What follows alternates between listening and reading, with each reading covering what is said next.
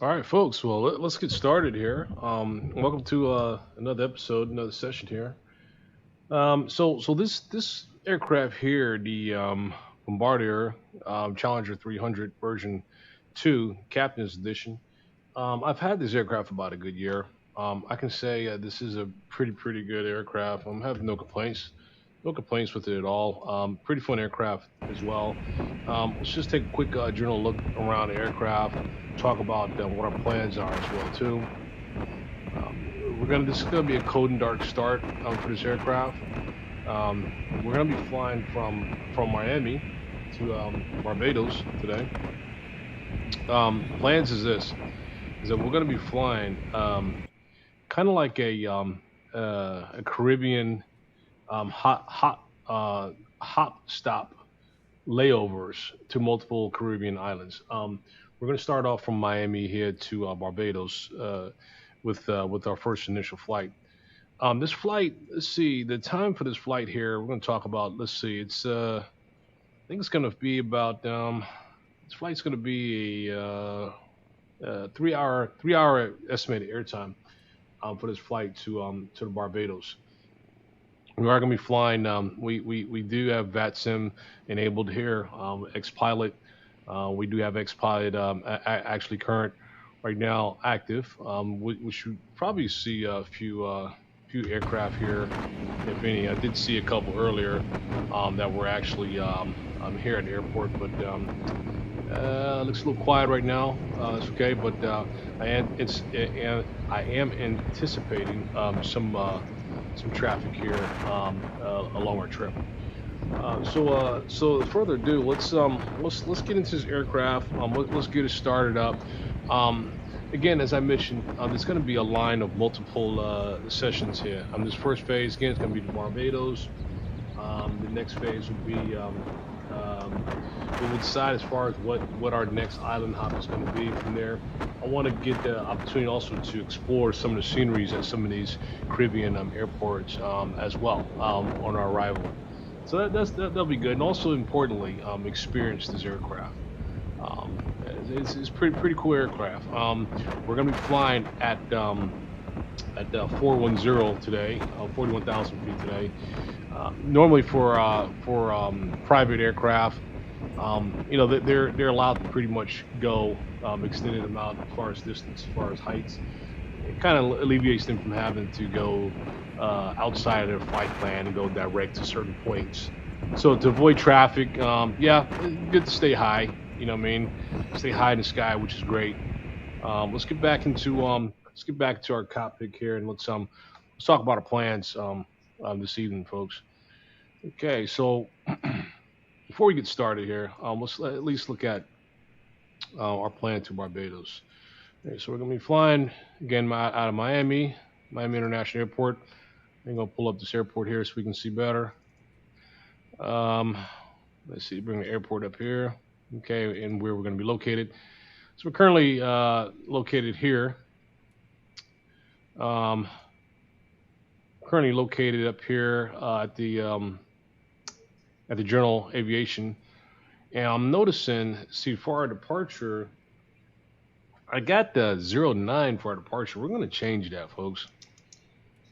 I don't understand why I got SimBrief. I don't know why SimBrief does that, but we're going 8 left today, not 09. We're going to go 8 left, closest runway to us.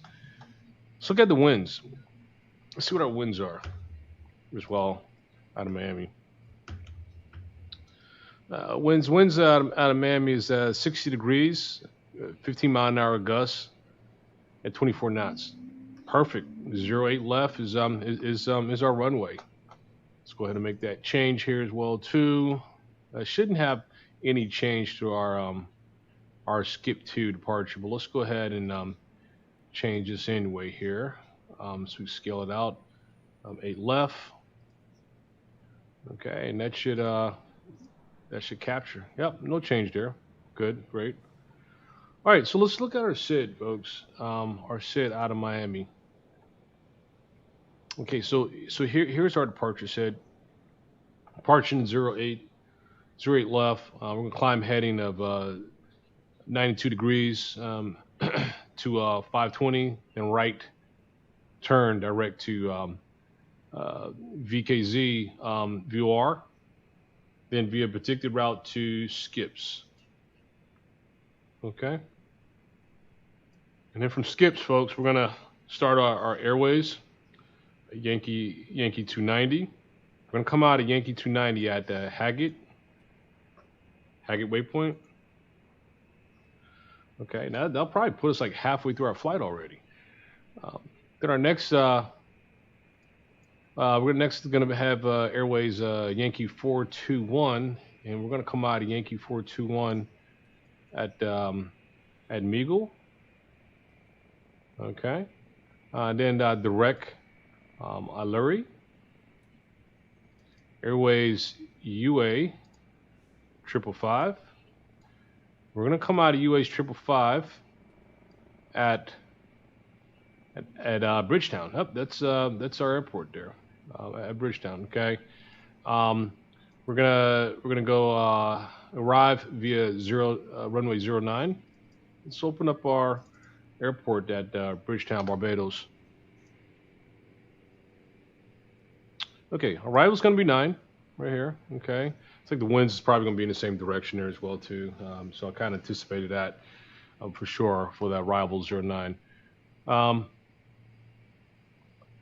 Okay, so let's look directly at our airport 09 here. So we got localizer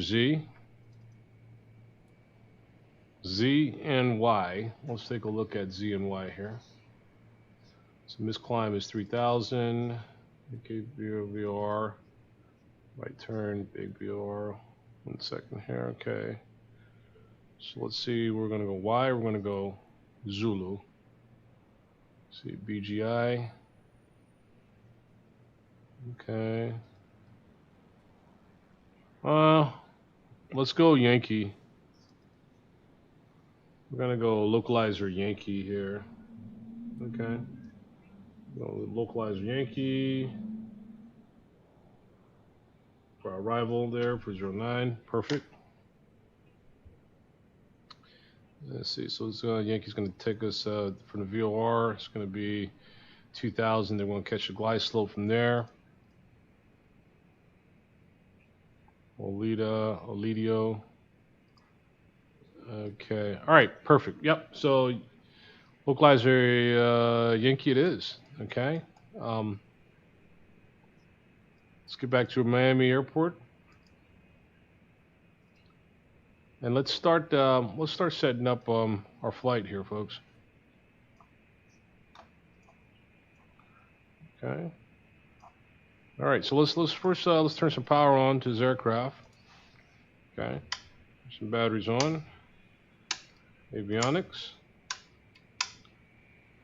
Get her powered up here. The aircraft's pretty easy, pretty simple to fire up. Quick general look around the flight. It's pretty nice layout there. Electronics, a quick tour of it. Okay. We'll go over all this stuff here as we're in flight, preparing for the flight here. All right, so let's look at a couple of views here of our aircraft. Okay.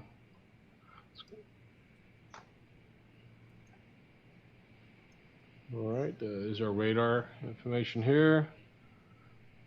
There's our comms, our nav, our squawk.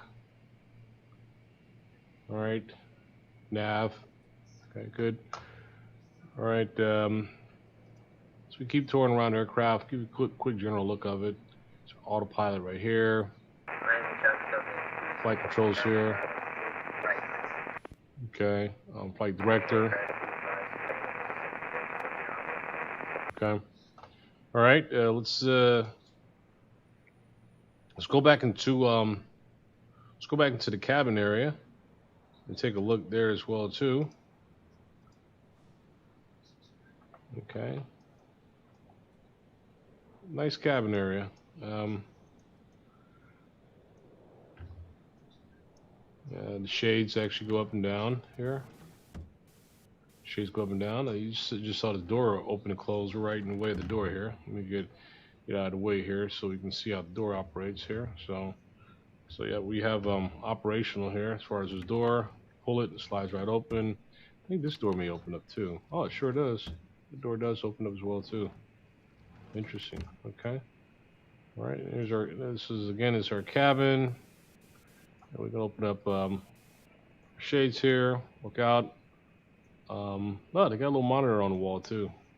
So nice interior here. Let's get back to our cockpit here. All right, and furthermore, let's go ahead and let's get our fuel up here. How much fuel do we need? Let's see. So for this flight here, looking at sim brief, let's see our block of fuel here. We need Miami traffic Delta 82, 71 to a final 8 right Miami. 7.8. We'll make it 8.8 as far as for fuel.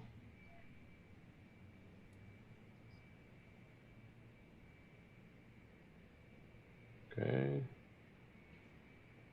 8,800 pounds of fuel here. Okay, that looks about right there. Our payload is going to be 2.1, which is correct. Yeah, we're good. We're good with that right there. Okay. Let's apply that. Okay, so we're loaded up. Our fuel's loaded up. Simple as that. Let's here's the start function here, folks. I make it very easy for this aircraft. All right, you hit fast start, starts up. You can walk through the animations and what have you, and step by step, we'll have as far as inspections is totally to your discretion. Let's go ahead and get a fast start here. Let's get her going. Lower level instruments there.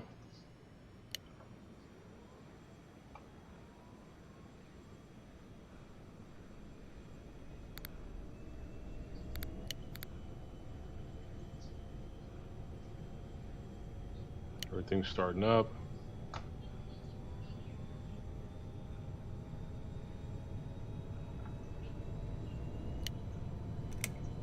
Turn these lights off here. We're not taxiing yet. Turn these lights off. It's not needed yet. Okay. Keep that armed. All right. Well, with that said, folks, let's go ahead and start setting up our FMC. All right, so let's go back to our flight plan here. Let's get started with the program, our FMC. Okay, KMIA from Miami.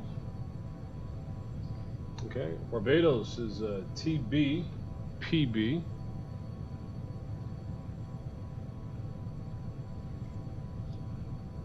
Okay, let's put our flight number there, 279, execute. Let's work on our departure. We plan on 08 left.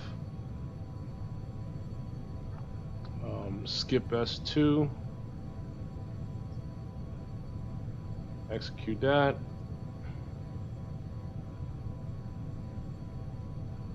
Okay. All right, so after skips, let's go ahead and start setting up after skips. This is going to be our first first Airways Yankee 290. We're going to come out of Yankee 290 at Haggett.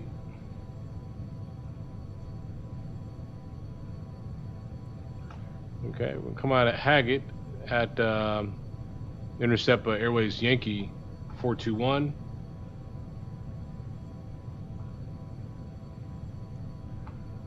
Yankee 421, Meagle.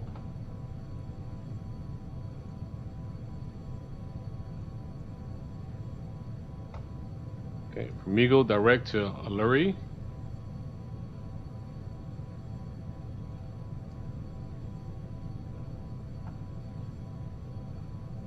Okay, direct out of Aluri, we're going to go Airways UA 555.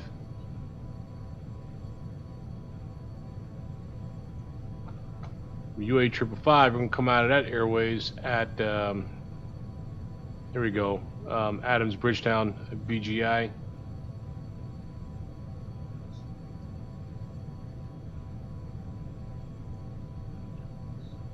Execute that. Okay, now let's look at our our arrival. Okay, we're gonna go ILS 09 Yankee. BGI transition. Execute. And that should be our plan, folks.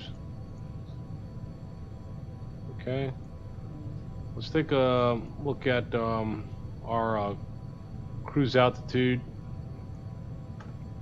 So as cruise speed seedings, it's going to be, we're going to be cruising at, let me take a look here, 8 Mach 0.82.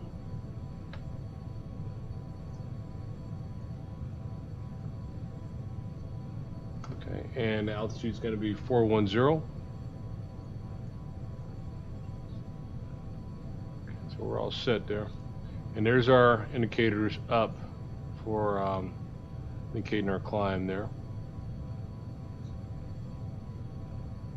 All right, so our FMC is all set, folks. All right, so now let's get into our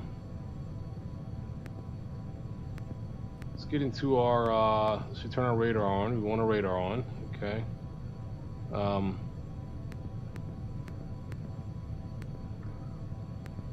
Want to put our plan up here so we can walk through our plan. Let's see which one of these allow us to select the plan mode. Right here. Here's the step plan mode here.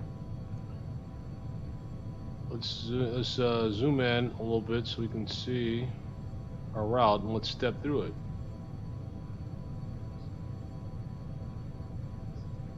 So far so good. BGI.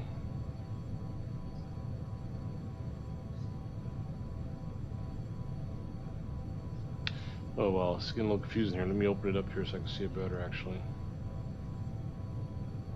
So what it's going to do is going to bring us directly into BGI. It'll kick us out to FI 1009 D3.5. Intercept I-109 and come in to 09. Okay, the flight plan looks good, folks. I have no complaints with that. It looks great. We can accept that. Okay, we'll put that away. All right, so as far as our let me see. So our comms here. Okay, we'll keep our comms at 122.8 and make sure that we are.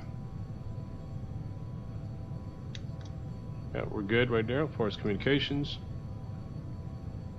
We'll set our nav 1 as we get closer here.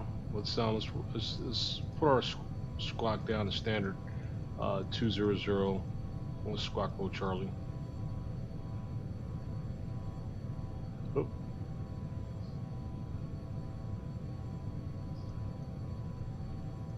There we go. Okay, good. Folks, we are all set. Very, very, very simple setup here in regards to starting up this aircraft. Let's go ahead and shut off our APU unit here.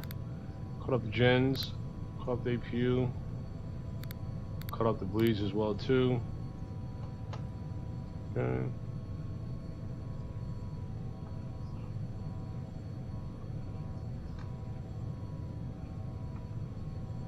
APU turned off.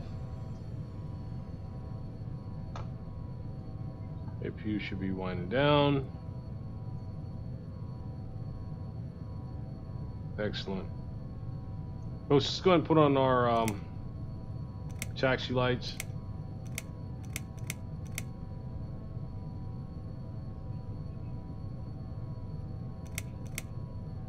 Let's go and put our nav lights on as well too. beacon. Beacon on. Let's put seatbelts. Seatbelts on there. Okay, well, we're almost done with our setup. Let's see. Let's start nav here.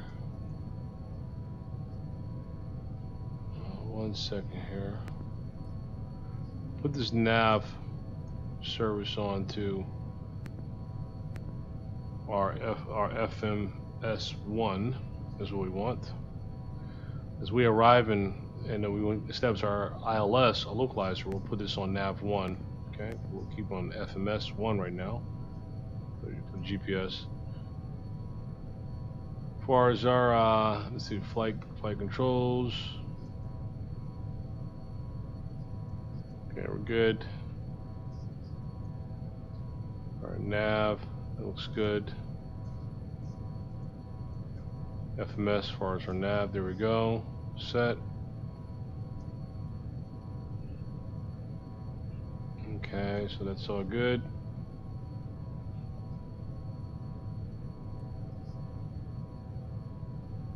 All right, initial altitude is showing 5,000. Let's see what flight climb restrictions we have coming out of Miami.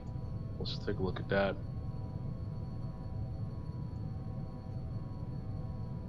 Okay, prepare to skip. Let's see, we ain't got any climb restrictions to skip. Yes, 5,000. So it's already recognizing that, which is good. Okay, so that 5,000 is already set as it should be. Okay. All right, so it's 5,000. Let's look at our altimeter we have right now out of Miami. Is 3006. Okay. Altimeter is 3006.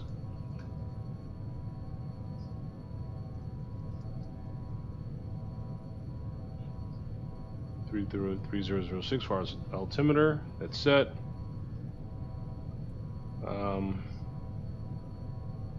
Fort Lauderdale traffic, jump blue ones, please establish ILS 10 left at 9 miles. Fort Lauderdale. Okay, folks. It looks like we're about ready here. Check a couple more things here.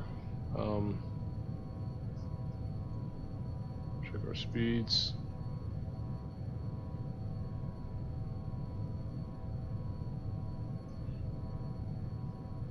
Okay. Oh, that looks good. Okay. All right, let's get our taxi on. Let me go ahead and make our announcement and start our taxi.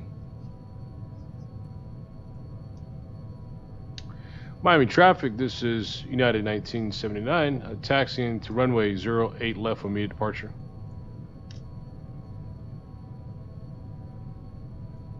All right, there we have it. Okay, folks, and let's taxi to 08 left.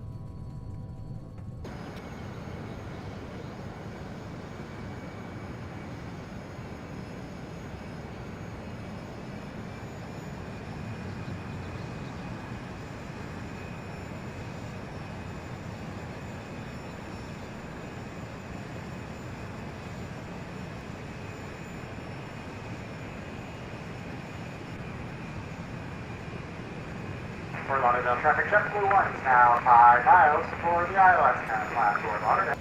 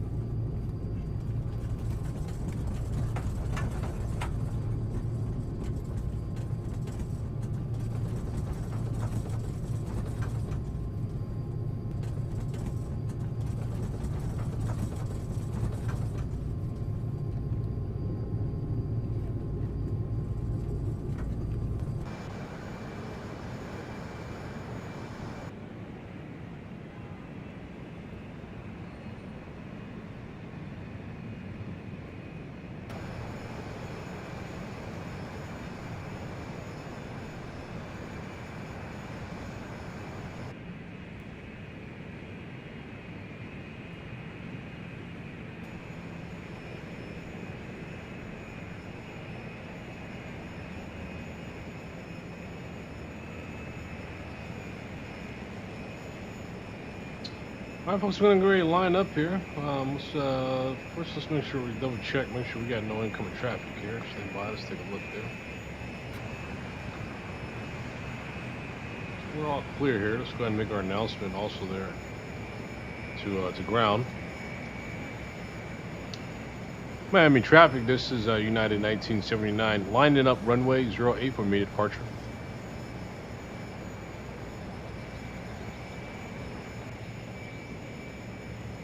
Okay.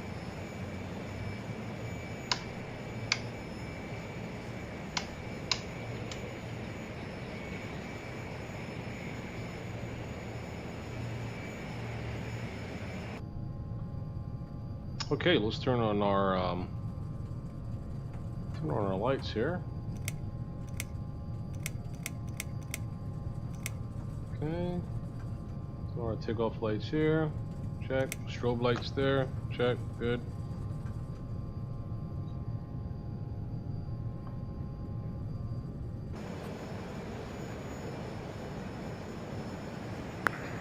Miami traffic, Delta 62, taxiing 8 right.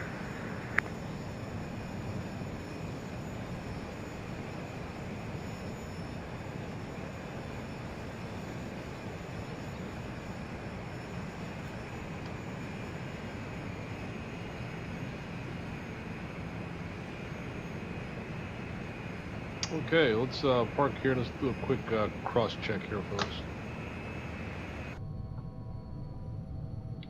All right, we're all prepared to take off. Let's just double check everything here. We got flaps to 10%. Okay, APU's off. Starters are off. Okay. Systems all look good here. Ground spoilers are set to auto. Takeoff lights are set.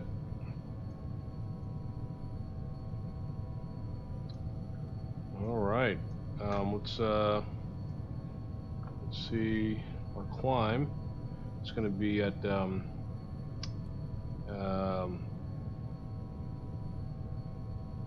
let's see. Okay, our climb speed is going to be 1,800 feet per minute. Okay, for our V speeds.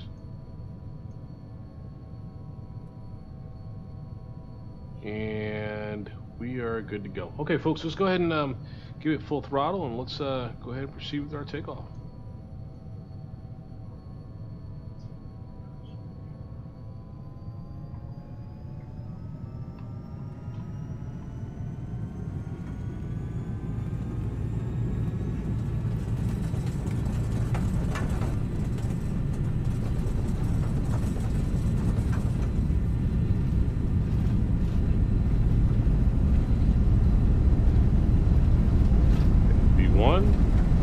Right. Positive climb. Gear up. Okay, autopilot.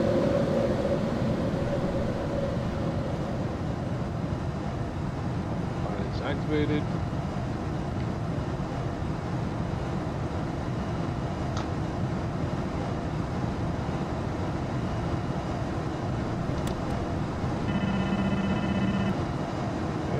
Flaps.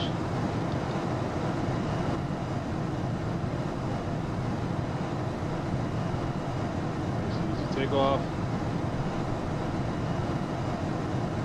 Turn on landing lights. Lights off, taxi lights off. Wing lights off. Speed here.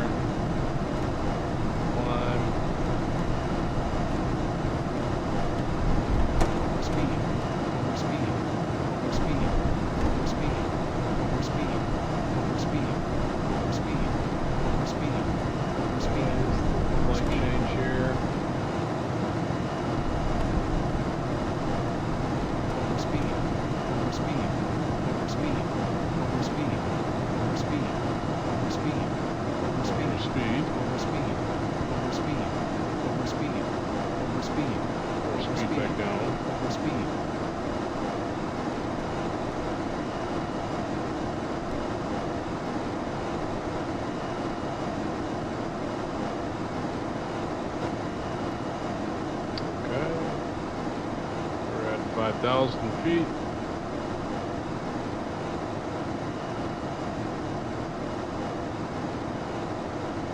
Okay.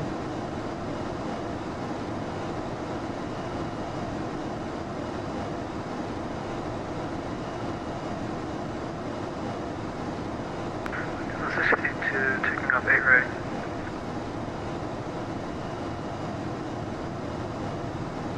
Got our maps here. We'll hold 5,000 here for a moment. Right now we are en route as far as our SID. Sinus. Let's proceed with our climb here, folks, to altitude 4100. Set our altitude here. Altitude set.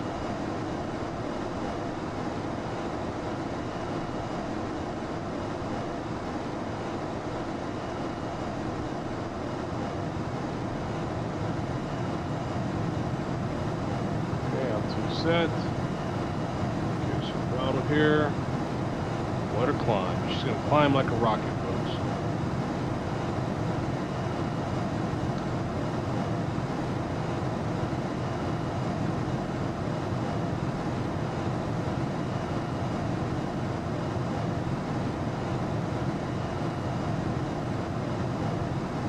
Okay, good climb.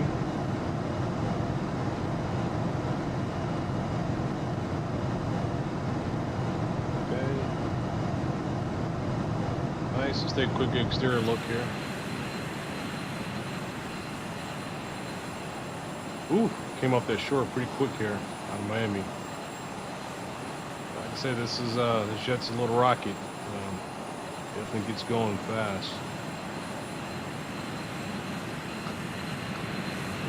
Okay.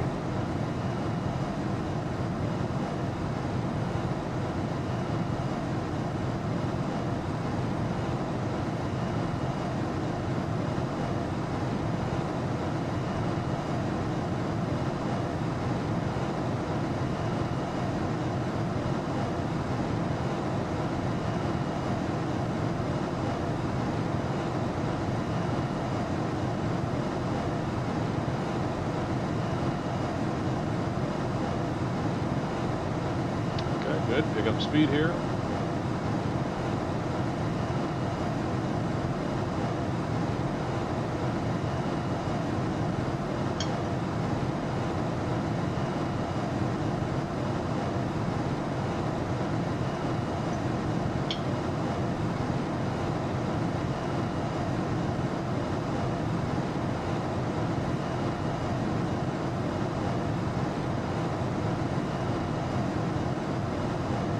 I'm pretty sure, I'll tell you, this thing climbs like a rocket. It's crossed 4,000 feet per minute here on the climb. Getting up pretty fast here.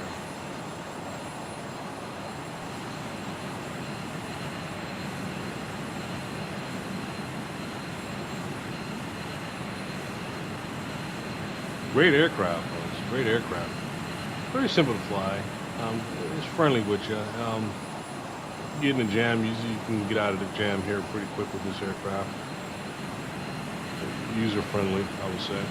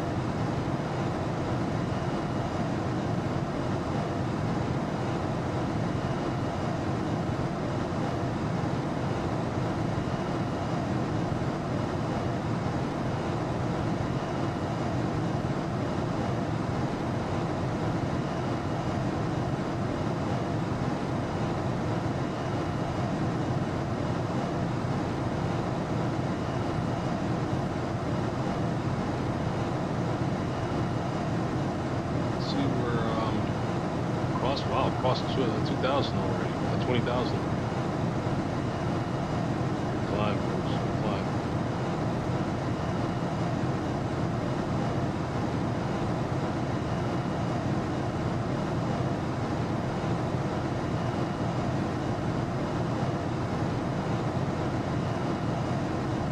We'll be at the 410 before you know it, dude.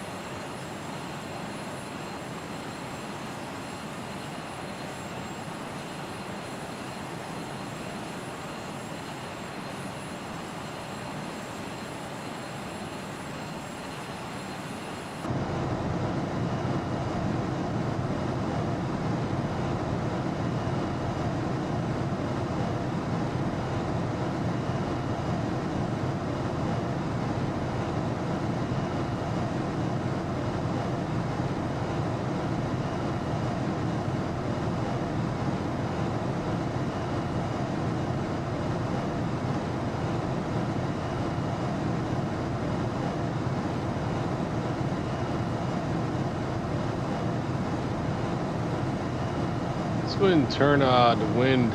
Let's turn the wind down a bit here. Let's see. We have this through FP realistic here. So we got a control panel here. So, wind should be aircraft wind here. Should be this. Oh, this is much better. Yeah. Okay. I can work with that. That's good. Much better.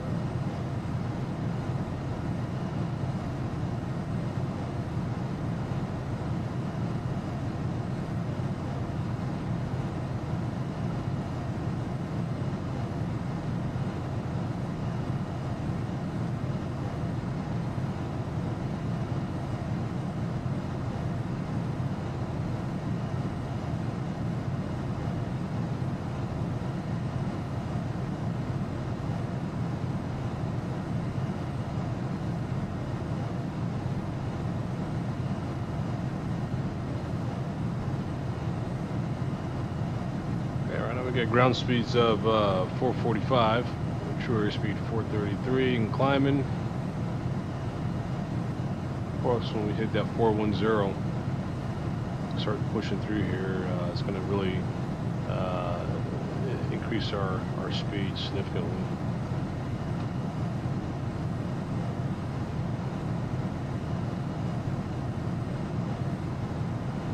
All right, we just passed Skips. Waypoint. We just started our first airways.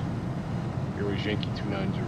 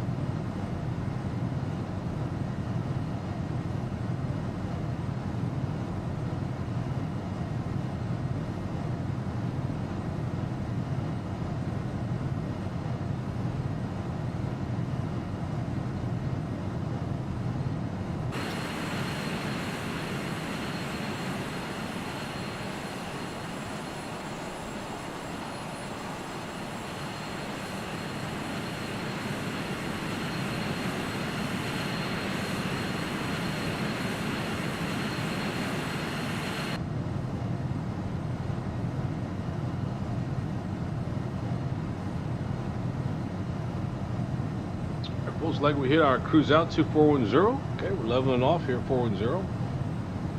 Aircraft's going to pick up speed here to the cruise speed of I believe it was at Mach 0.81, I believe.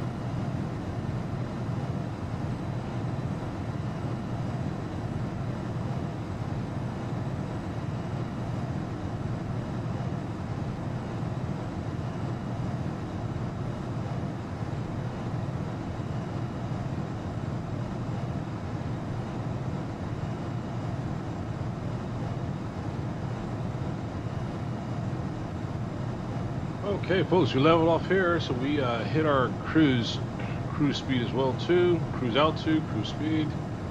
Let's see, ground speed of 490, true air speed of 474. 28 mile an hour tailwinds, like it's coming from an angle from our corner right. Okay.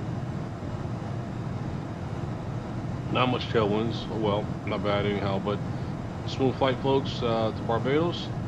Let's check to see duration of our flight here, how much longer we have. So just got we're right now logged in again into VATSIM here. We're already here. Should remain in the 2 hours and 30 minutes here for remainder of the flight here to Barbados.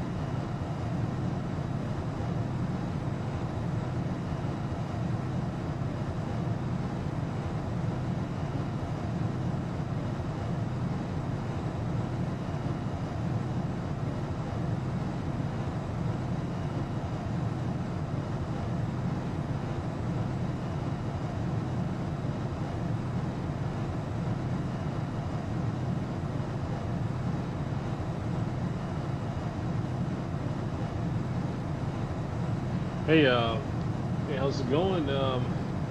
Flight Sim, welcome. Yeah, we're doing the business jet this evening to the Caribbean, flight level 410. Yeah, sometimes it even goes higher than 410 when we're flying this here aircraft. I've been across regions and actually showed 430 as far as cruise, so that's kind of interesting. But yeah, man, these private jets, they can get up and above normal traffic, in which avoids them from having to deviate off of their flight plan. You know what I'm saying? So it's really a plus there. So yeah, I'm glad you're able to join. We can do a quick look at the flight here and take a look at it as well too. Yeah, she's pretty nifty, nice looking aircraft. Um, we flying to Barbados today, and I'm gonna keep it at Barbados, and I'll plan the next scheduled flight to go to another Caribbean island. I'm kind of using this here one as far as island hopping, so you can kind of look at the Caribbean airports and sceneries and stuff as that as well too.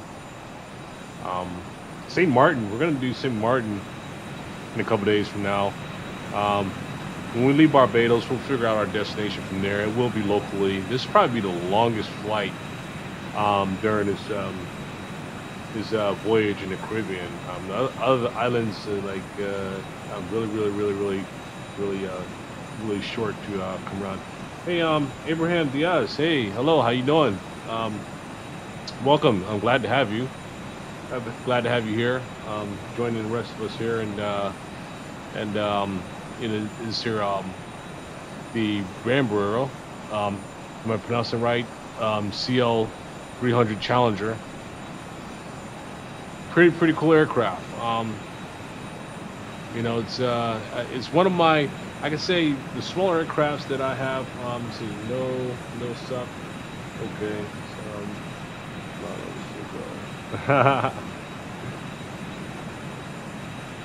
All right, let's take a look at inside of this aircraft, folks. I want to show you what this thing looks like inside. Check out the cabin. This cabin is so cool. You see what I'm saying? Let's explore it a little bit here.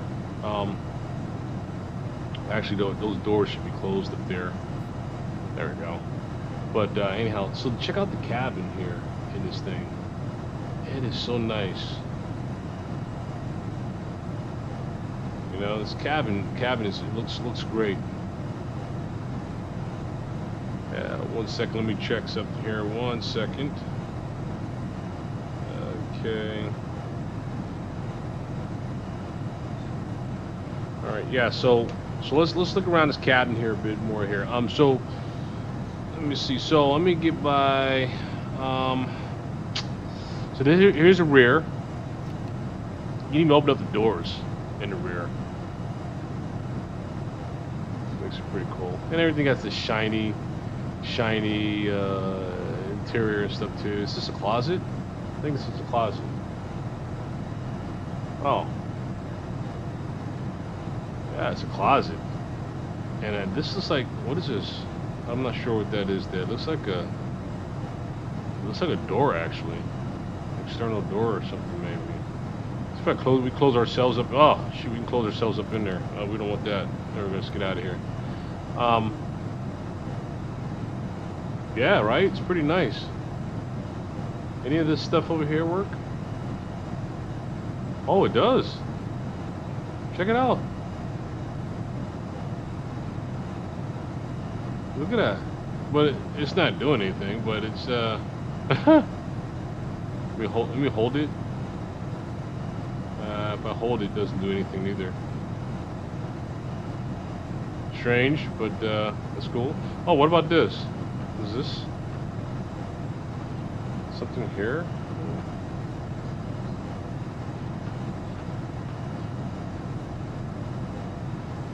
So for our shades now, let's look at our shades in the windows. I think they oh yeah, they do. Here they go, right here. pull the shades down for the windows here. Back up a little bit so we can see it better here.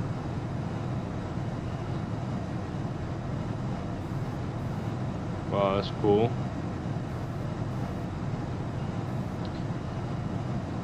And when we took off, when we were at Miami, the shades were all closed. It was like they went ahead and opened up the shades.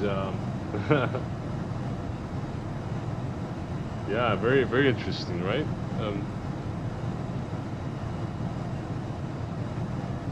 What is this? Does this stuff here work too? No, none of that works. Look how shiny this stuff is. It's like, oh, what is this? This another seat? It's like another seat. No, none of this, nothing happens here. So we go forward now. Got a TV going up here. Pretty cool.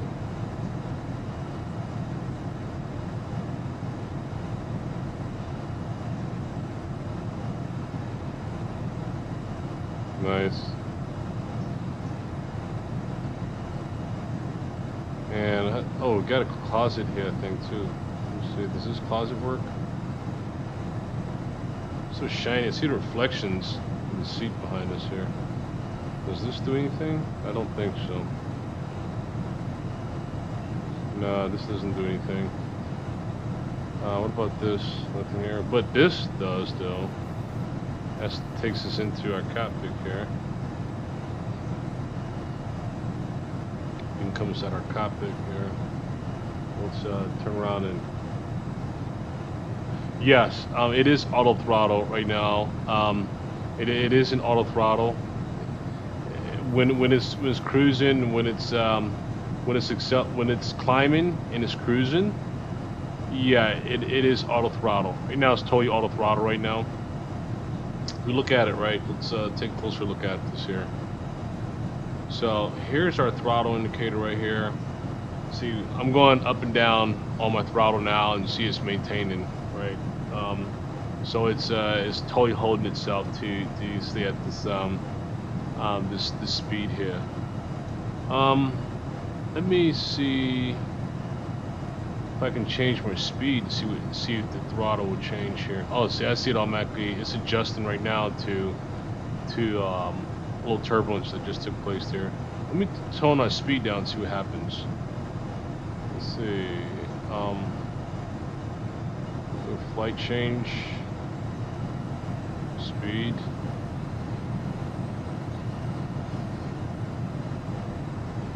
Let's see if our speed. No, it went right back. It re-engaged itself like immediately.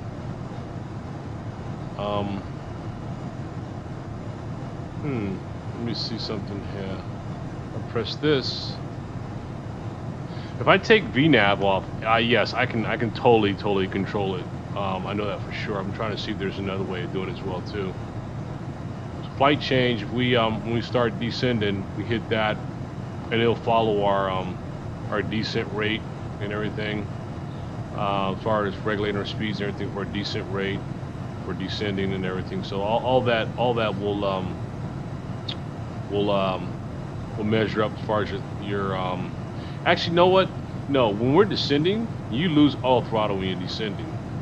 But it's so smooth that you barely give it any throttle. I mean, it's so smooth. You'll see we'll give it throttle just a little bit here and there once we're descending, but not much. It has a really smooth glide descent. So it says Falcon 50 having all throttle. Oh no. Oh no. So you have to download the GTN 750 mode. Oh wow, that's not fun. Let me see what happens when I take off VNAV. Let's see. VNAV is off. Speeds. I can control speeds now. Look at the speed dropping now. I knew it. I knew once I take VNAV off that it'll go off. The auto throttle go off. Hit VNAV again, and it goes back to where it belongs there. So yep. So you have an option to shut it down, on and off there. One thing is that once you cut it off, you have to manually use your throttle to keep your speeds where you want to stay at. So VNAV will keep it regulated where it needs to belong. So yeah, I can't complain here. Let's take a quick corner view of the cockpit here. Right now, we'll go ahead and shut this here FMC down there. So there's nothing up above. We do have little. So you say it's better than CRJ 200? Yeah, when I purchased this aircraft, it was pretty good ratings, and I looked at a lot of YouTube videos of it too, and I was really impressed with it. Let's see, what's this compass here? Radio's tune. Oh, that's cool. So over top is not much at all up top here, but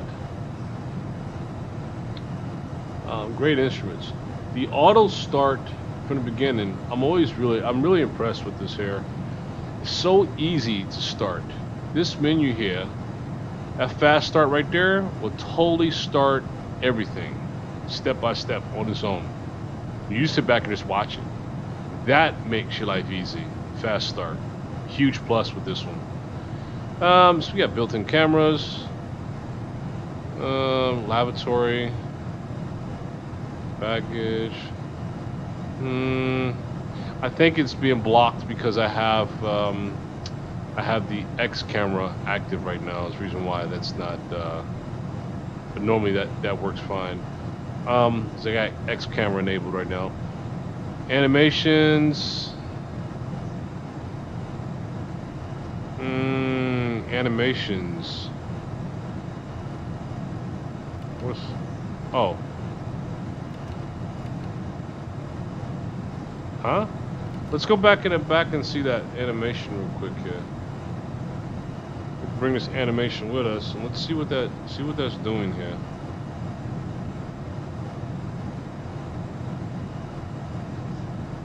We have something up here that it's doing something to. So animation, let's check. Is that behind us? Let's check. Ah, there you go. So animations is we can hit the animations and oh, we have another. I didn't see that other door there. I never knew there was another door. That's pretty cool. So hit animations and this other door here will kind of glide upwards and shut. Pretty neat, huh? I like it. Okay. And here's another animation. What is this? Oh, shoot. There we go. Brighten it up a little bit. Okay. Okay. And this animation here. Ah, we got tables that pop out. Look at that animation there.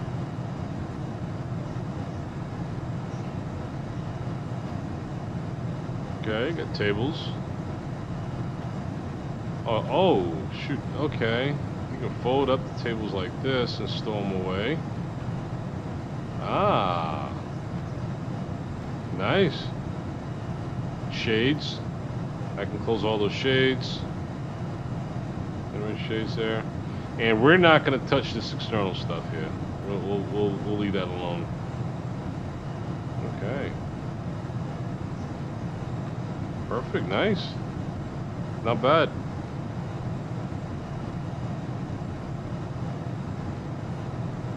Yeah, CCTV. I know.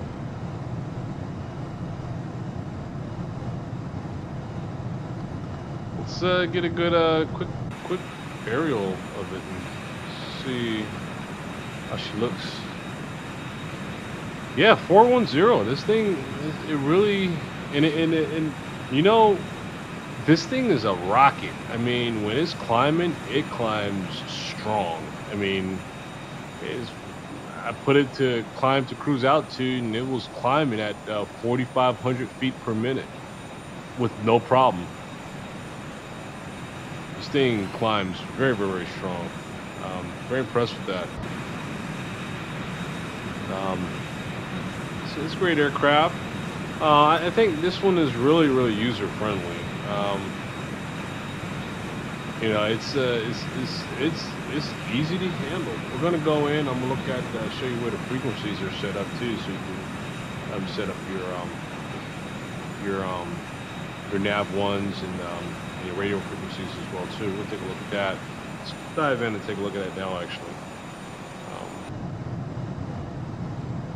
So right down here at the bottom here is where our frequencies is at. For comms, you know, you click it and it switches up and down.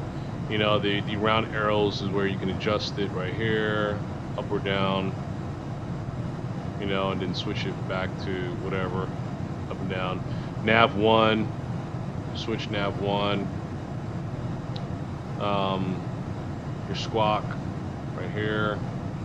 Let's see, we can change our squawk. Let's see. There we go. Cut it off or cut it back on, and then change it by, you know, numerically like this. Okay, and that's pretty much it for that. So that's it's pretty straightforward there. Oh, we do have. We're gonna be going into center airspace here pretty soon, so we are gonna be connecting here. We should glad we have center here online. This area. Is this St. Martin? I think. Yeah. Oh, okay. This is St. Martin here. So we're going to be. We are going here, right here to Bridgetown, Barbados, and from here I think our next flights will be. Oh no, you have bad news. You refunded the FF757 due to low frame rate. Suddenly the frame has been lowered to 0.5 frames and my computer slowed down dramatically. Oh no. Oh no. Yeah, that's not good. Do you have let's see, did you build your computer? Do you have I'm sure you have video card in there, right, too? I wonder why it took a hit on. Well, keep in mind too now. You can really tweak. I like how X-Plane has it where some aircrafts will take a toll on your frame rates and others don't. But you know, when you go here to these settings, I'll just give you a snapshot to see what my settings look like. The reflections, I don't need reflections. And I have a phenomenal look at the airport. It looks great without reflections. Don't need reflections. That's unnecessary, really. That's if you really would power it up. But I really can't see a significant difference with reflections. HDR is important. Texture is pretty important. Long as you have this anti-aliasing, as long as you have that 4 times, you're good. It diminishes a little bit when you start going to 2 times, whatever. Anti-sotropic filtering, don't need it. It's a waste. Shut that down. And my frame rate's pretty stable. Like right now, I'm at 60 because there's not much going on here as far as scenery right now. Not much clouds either. But this right here is. I can say I'm actually impressed with how they how you can adjust it for aircraft. And yeah, you know, each aircraft is different than the next.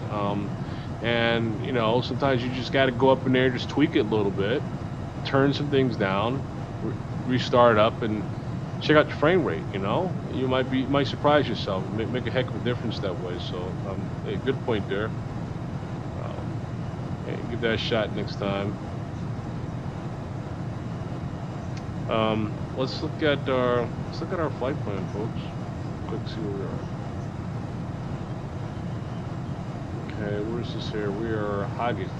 Okay, we're right now. Yeah, we left this airways here, Haggett here. Hey, look, how much more time do we have on this flight? Let's also check that out too. let's see. We have an hour and a half, and we'll be landed. We'll be at the airport. That'll be quick. That'll be quick. Not bad at all. Not a bad flight at all here. Again, we're going to be landing here at Barbados. Next flight, I don't know. We'll St. John's. I haven't been to St. John's. We'll do St. John's soon. I want to spread them out. So probably from Barbados, then a couple days we'll do from Barbados to St. John's. Dominican Republic. I'll probably go from. We'll probably make a quick flight from Barbuda to Dominican Republic, from Dominican Republic back over here to St. Martin. From St. Martin to what's this here? What is this? Aruba. We'll probably go St. Martin to Aruba, and then back from Aruba to San Juan, Puerto Rico. So yeah, I mean we're gonna hop, skip, and jump throughout our scheduled flights here. So we just cover down and look at these here Caribbean airports here and check them out. So yeah, so that's where we are thus far. Let's see, let's get her back here in the corner. We're traveling at, let me see our speeds. We have a little bit of tailwind there. We have a little bit of tailwind behind us, so not much. It's okay. With, we got ground speeds of 490, true air speeds of 474. I like this too. It tells you how far you are from your next waypoint. Oh, well, there they go. Got a contact center, 118.150. No problem. Let's do that. Okay.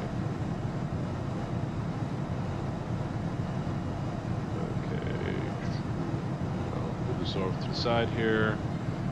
Okay, so it's 118.15. So right here is where we make that change at, folks.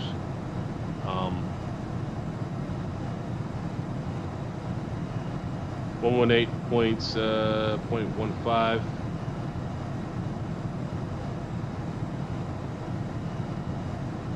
That's it. And right here we're switch, and we're on.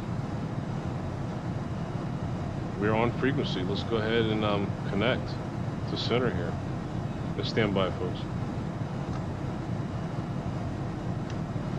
Oh, center, good evening. This is United 1979 with you at 410.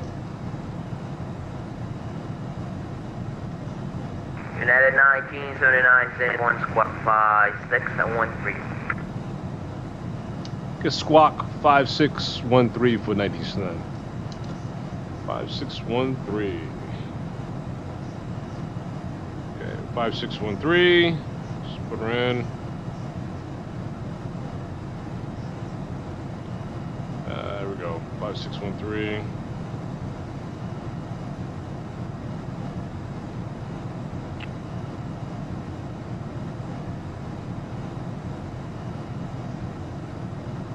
By 613, IDEN, and we're all set there. Good.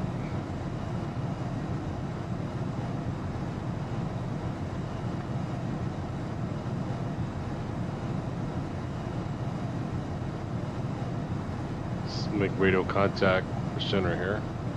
Stand by.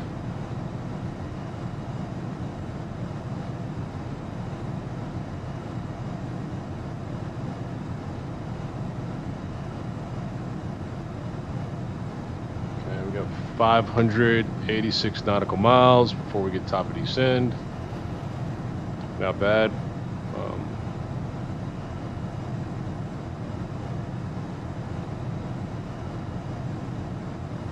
I guess we made radio contact. I am squawk mode Charlie. Yep, squawk mode Charlie. So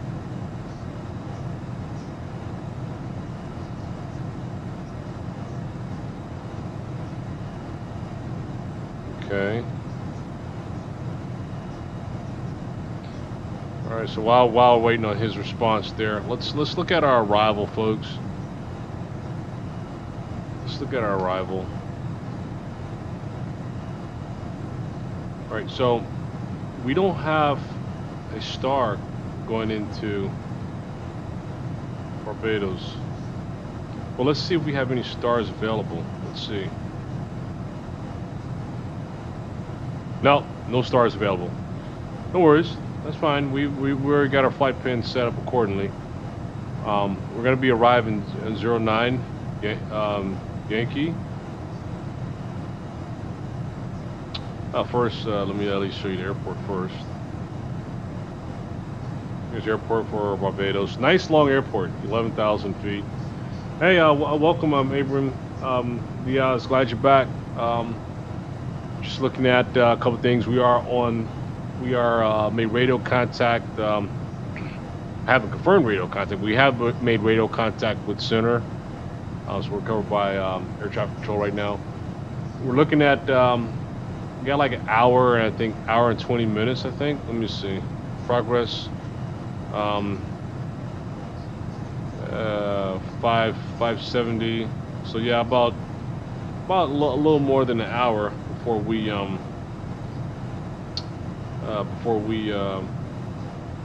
actually arrive at Barbados. So got a little more flight time ahead of us, not long.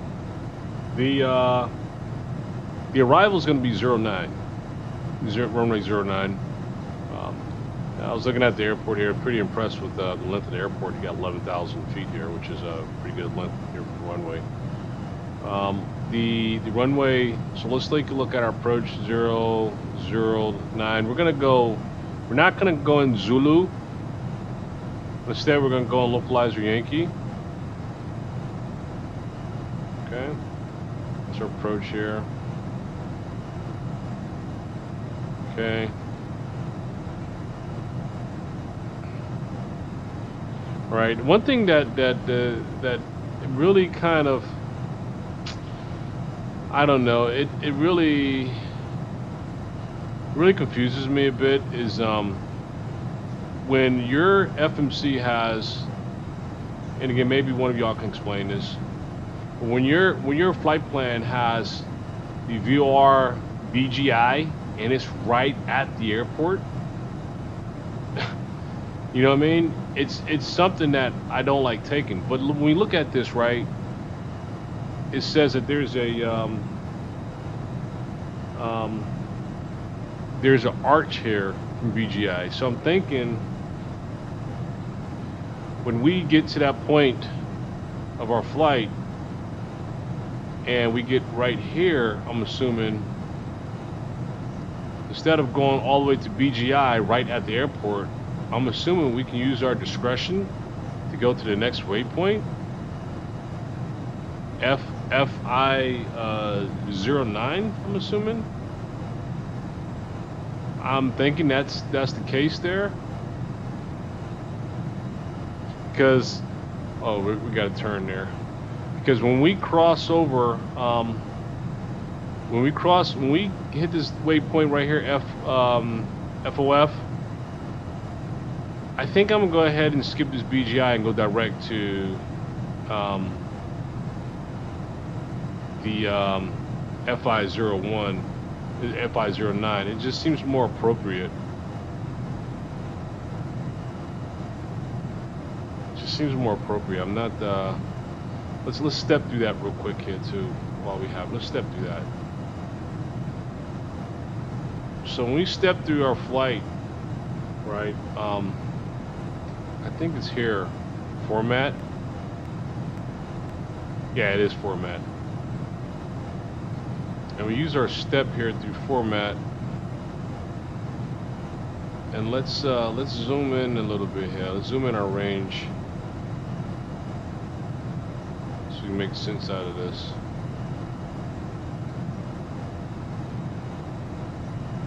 We're at that's our airport here. It's F109. This out there, then yeah, I think I'm gonna cut off BGI and go direct FIO1. Just don't like going directly into the airport there and then have to sway back out. Let me back up here again and take another look at this from a different angle. Oh, okay, yeah, see that BGI, then 109.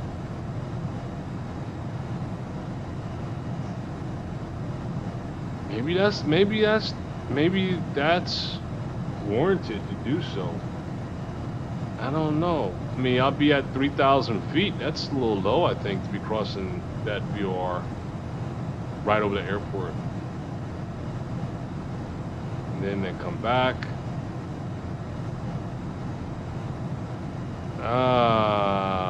I see, folks. This right here, we're gonna eliminate all this. Get rid of this, one of these F-109s.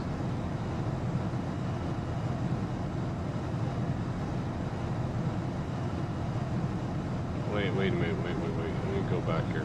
Previous F-109, got it. Yeah, this is, well,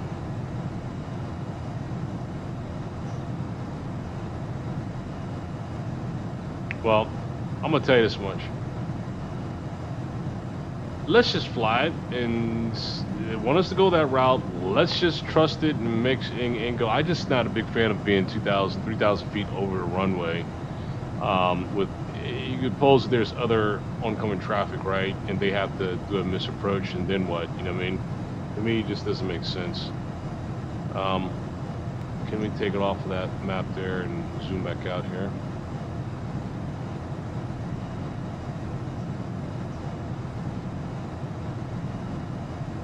Okay, we've got a good zoom out there. Okay, so that's that. United 1979 direct Iluri, India Lima, from Romeo India. Alright, so what was that direct you just said there? I totally missed that one here. Let me get him back here. What was that direct here? Let's see. United 1979 San Juan. Yeah, go ahead. Hey, I'm trying to look at that. Can you give me that direct again? I'm trying to look at that there for that for your request. Clear direct Iluri, India Lima, uniform Romeo India. Copy that. Direct India Lima, Unicorn as a Romeo India. Yep, I think that's it. So let's go direct here, folks. Yep. Roger, copy. Direct to Iluri, 1979, copy. Okay, execute, and there we go. We're set.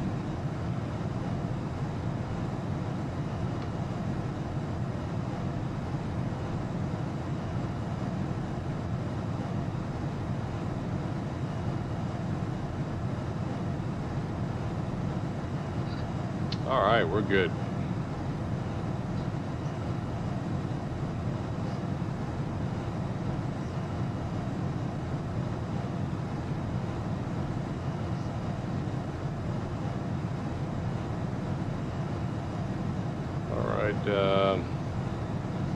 Come on, let me make this a little smaller here. There we go. Pull this down. All right, so yeah, folks. So that's big jits as far as this aircraft. I can tell you, like I said, it's pretty cool. I like it. Pretty easy to land. It's very user friendly. I think it's worth the cost. Let me see how much this aircraft cost here. Let me go to explain and see how much they're going for now for this aircraft. Let's take a look here. 1 second. Let's see.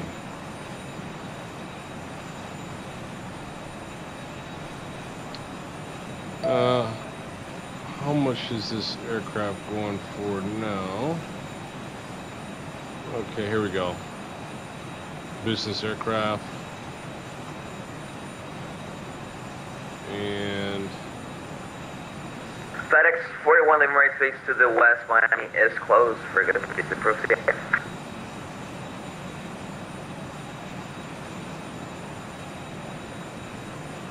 all right, here's what is showing going for now. 34.95, not bad. Not bad cost at all on that. And what version is this here? They got they haven't made any updates since 2019. I mean, I'm satisfied with the version updates that it currently has. So I do have the latest, but I don't see any type of improvements at this point. I have no complaints there, but it comes with a handful of stuff in regards for this flight here. I must say with the there's so much. You get checklists that you can implement and use. Yeah, it's a lot. It's a lot. So no complaints there at all. And good thing is it has auto throttle. You know, again, auto throttle on takeoff and climb.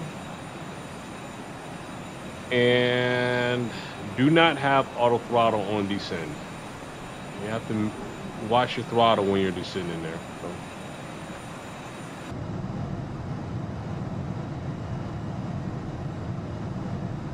Okay.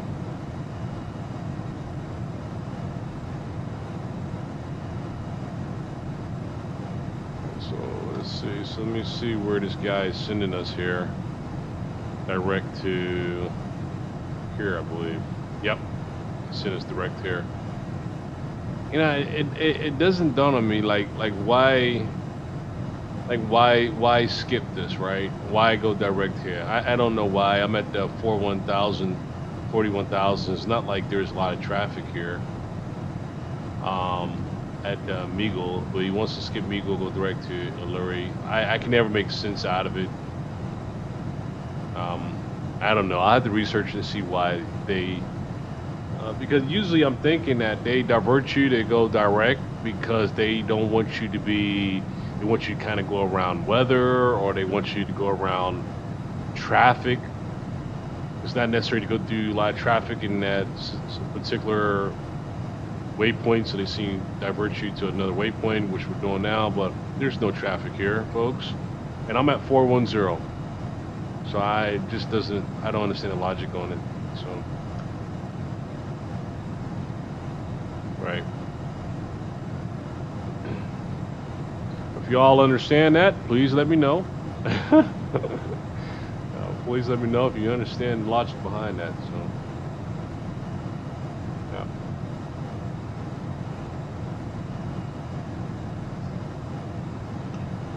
Focus can keep cruising along here. Gonna make another quick progress report here, probably another 15 minutes. So, we'll make another progress report in 15 minutes, folks.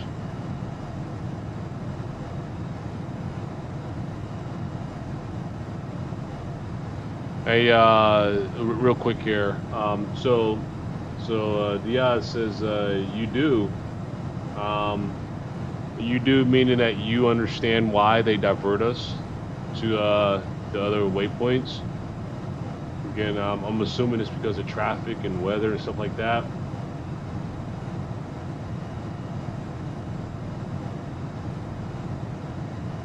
Kind of curious why that is.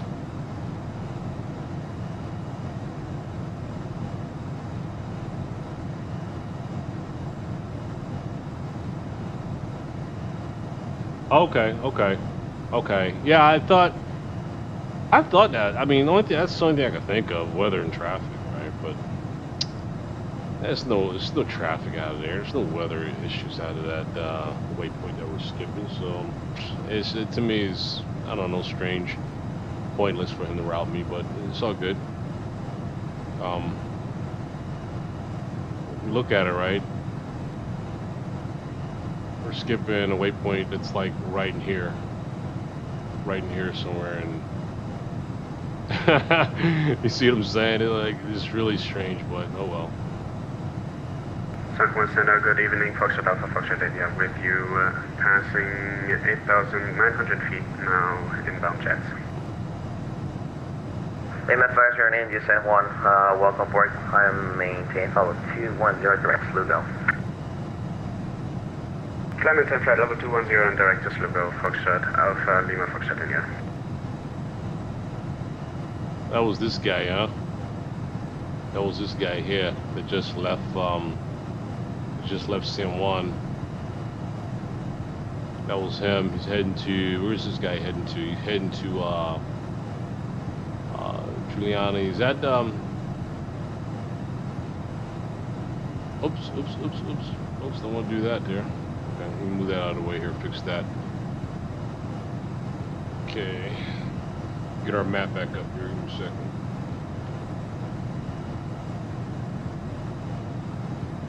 I think I killed our map. Let me open our map back up here. Give me a second. There we go.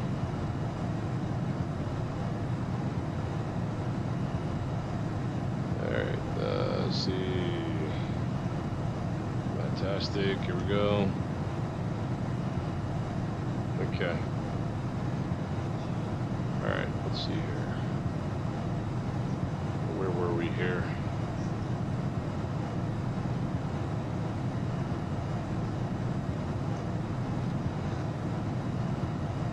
Alright, so yeah, so it's the St. Martin. St. Martin thing. Yep, St. Martin.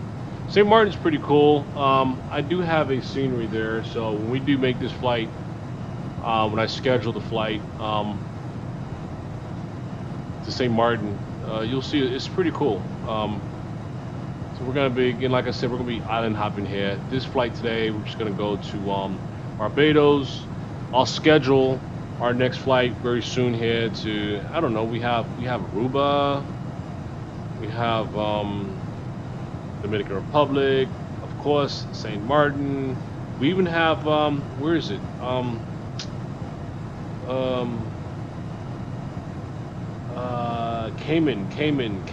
the Cayman Islands. That's that's Jamaica. I think Cayman Islands maybe like, I don't know, Cayman Islands. It's somewhere over there, but we're gonna do the Cayman Islands, Puerto Rico. So yep, we got some trips ahead of us. That's gonna be planned. It'll be fun.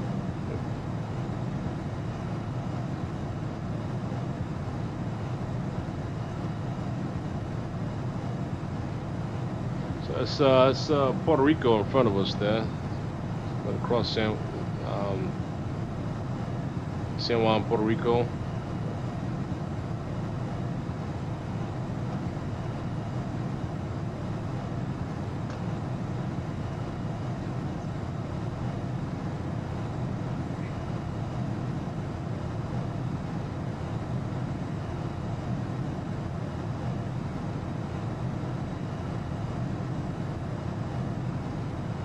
It's 429 nautical miles. That should put us about like 1 hour actually. Yeah, less than an hour.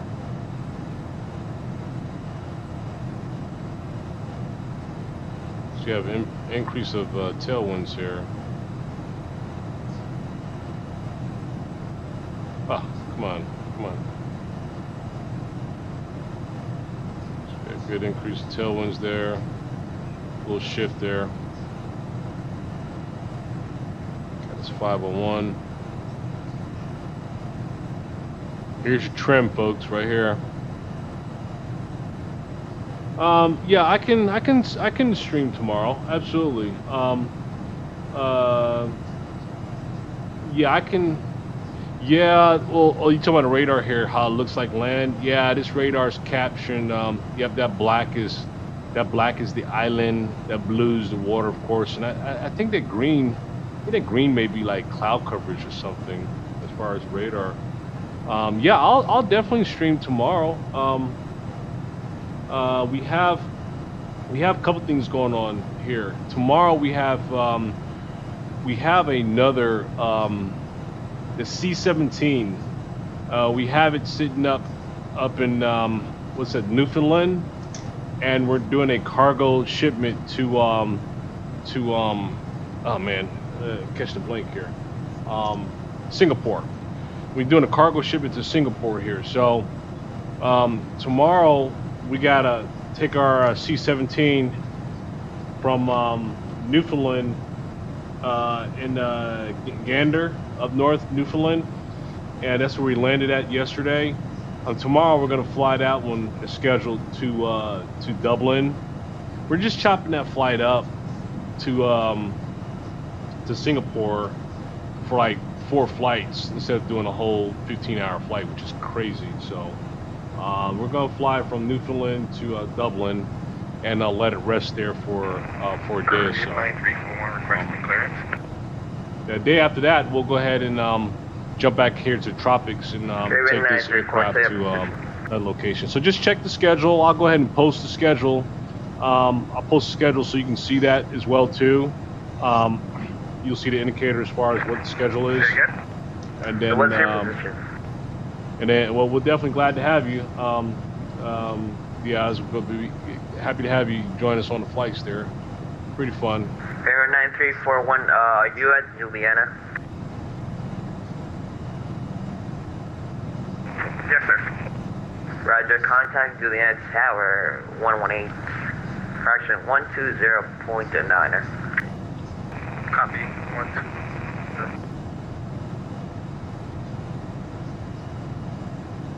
San Juan Center, that's at 1861 with you, 50380. Delta 1861, San Juan, squawk 6702. Repeat the squawk for 1861, sorry about that. 6702. 6702. Roger, 6702 for 1861, thank you. So it looks like 1861 is heading to is that St. Martin, I believe, as well too. Oh no, that's not St. Martin. That's Luis Manos Martin International from Atlanta. Yeah, I always like listening to these guys and trying to see where they're at, and where they're coming in from, you know. Yeah, so that was the guy here. This is the guy here that came out of San Juan. He has a very short flight from here to St. Martin. We're about to stream over the San Juan here. Let's look at our external view here. Finally see some land here. Delta 1861, San Juan radar, contact for 380, Patrick Taylor.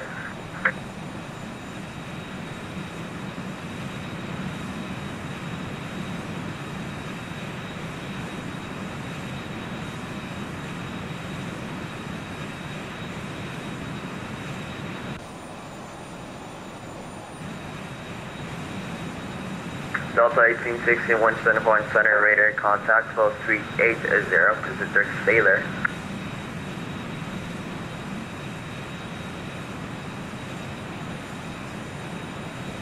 Sorry about that, direct Sailor, 1861, thank you.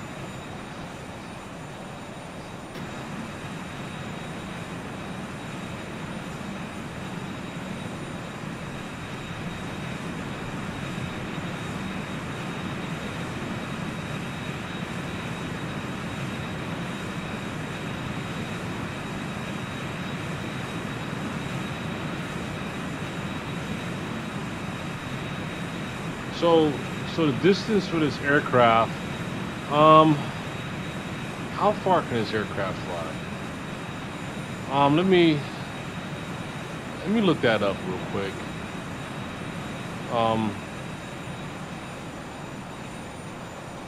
Let's see, Challenger CL 300, max flight difference, max flight. Okay, so the maximum we have on this aircraft as far as distance and flight is 3,100 nautical miles. So it can definitely go from East Coast to West Coast, no problem. 3,100 miles. So that's good distance for if you think about it, right? That's good distance for a private jet to be able to go a straight shot, 3,100 nautical miles. That's some good distance there.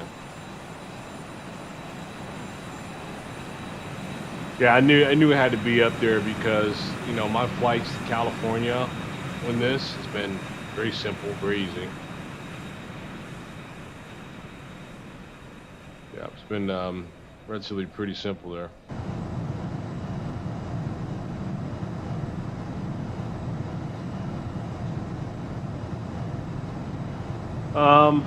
So tomorrow, what is our stream tomorrow? Let me look at that now. Let me look at our stream time, what we have scheduled.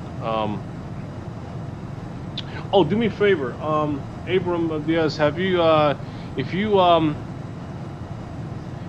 you subscribe, you should automatically see it pop up on your radar too. Once you subscribe, you'll see it automatically there. But let me go ahead and show you real quick as well.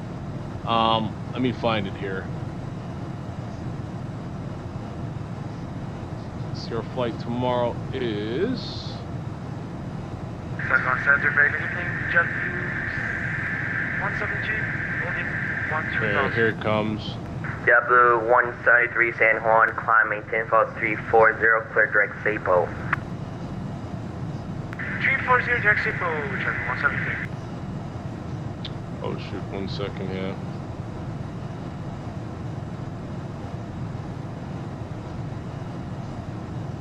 Okay, second. Okay, flight tomorrow is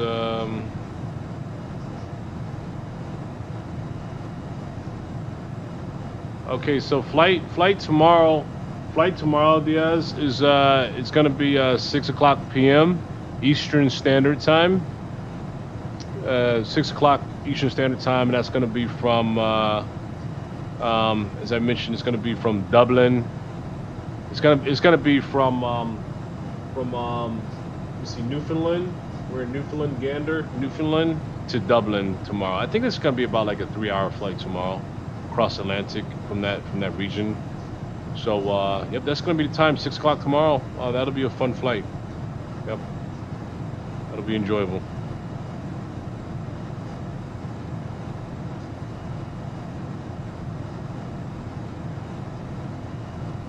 Okay, so let's see.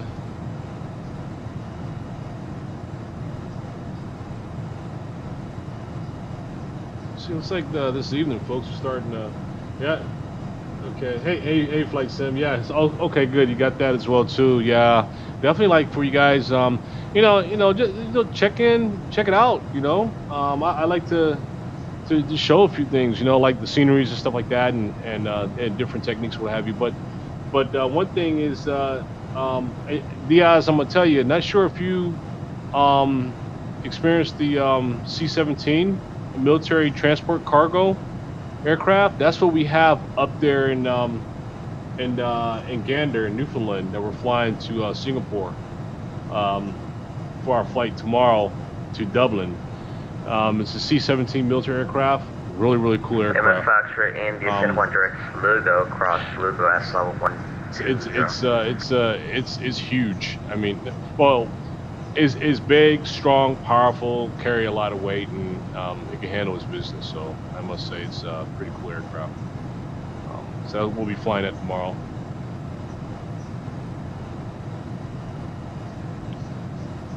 Folks, I kept our weather. Will you be able to fly to Korea later? Oh, heck yeah, absolutely. Yes. I definitely. How about this? When we land in Singapore, what I like to do is make a determination from that point.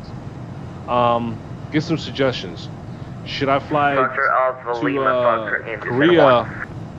Korea from Singapore, or should we do it from the States? Foxtrot Alpha Lima, Foxtrot India, go ahead. Lima Foxtrot India cross Lugo at level 120. Oh no problem. No problem. Cross Lugo at flight level 120. No problem at all. Alpha Lima, India. Yes, definitely. We will fly to Delta Korea. 1861, descend via the Sailor 2 let me type this in for you. 11,000, one landing Flight is sim. altimeter 29er. Let's see, fly Roger, descending the Sailor 2 to arrival and cross Sailor at Korea or maintain from 11,000. United States 61. Pentagon Center, Jet or 172, Singapore. report heavy turbulence at 143 knots west from Sapo. Repeat.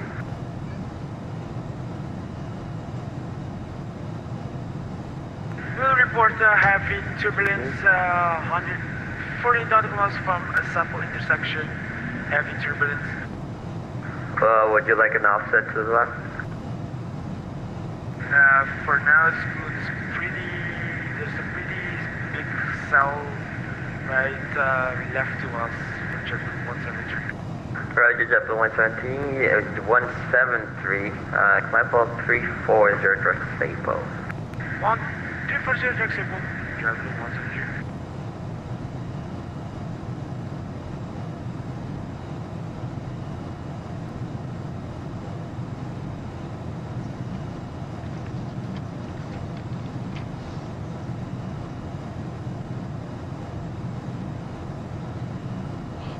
Yeah, I think that flight to Korea will be actually really fun. Again, yeah, okay, we'll do from the United States. Should we have like a couple layovers? I think the one flight to Korea from the States, say for instance, if we did from LA, it'll still be a pretty long flight to Korea still. I think we need to make a couple stop-offs, like maybe a layover in Alaska and then a layover closer. Okay, yeah. Well, let's plan that. Let's finish our flight to Singapore that we have scheduled tomorrow. San Juan Center, good night. Let's knock that out, and then we'll schedule that one immediately 3000 for us to start our flight to Korea. Yeah, that'll be a fun one. Yep. American 2219 San Juan radar contact passing flight level 140. Flight level 380 clear direct. So did I hear well? We climb up to flight level 380. Affirmative, climb level 380 direct Utah. Uniform Tango Alpha Alto Sierra. Okay, direct Utah and climb up to flight level 380, American 2219er.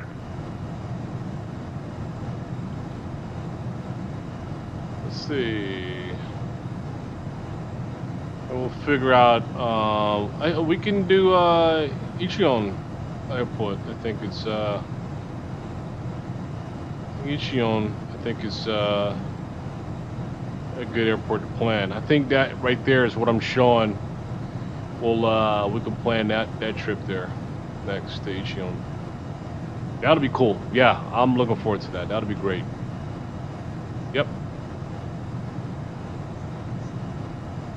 Yeah, Flight Sim, absolutely. You're very much welcome. Yeah, I'm looking forward to that. So.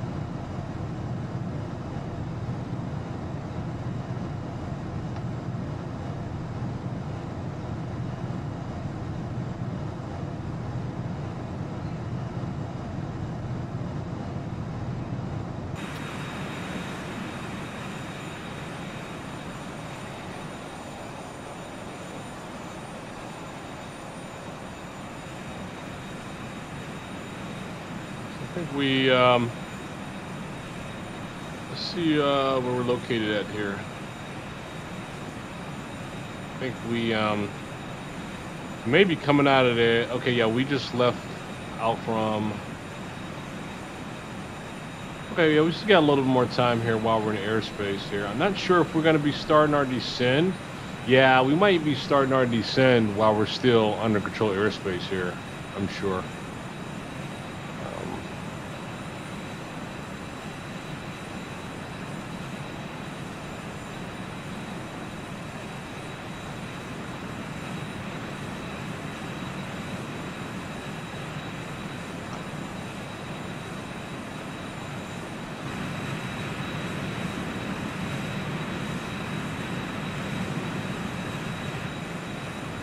Yeah, it's at 41,000 feet. You wouldn't think clouds are there, but it's funny. Clouds are they can be pretty high, you know. United 2000, flight level 10,000, climbing to flight level 50,000. United 2000, San Juan Center radar contact to passing 110, flight level 370 direct Alpo.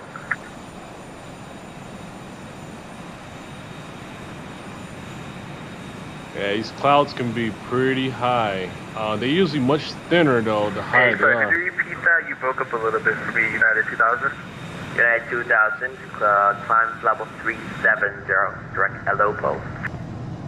Climbing to flight level 370, direct Alopo, United 2000.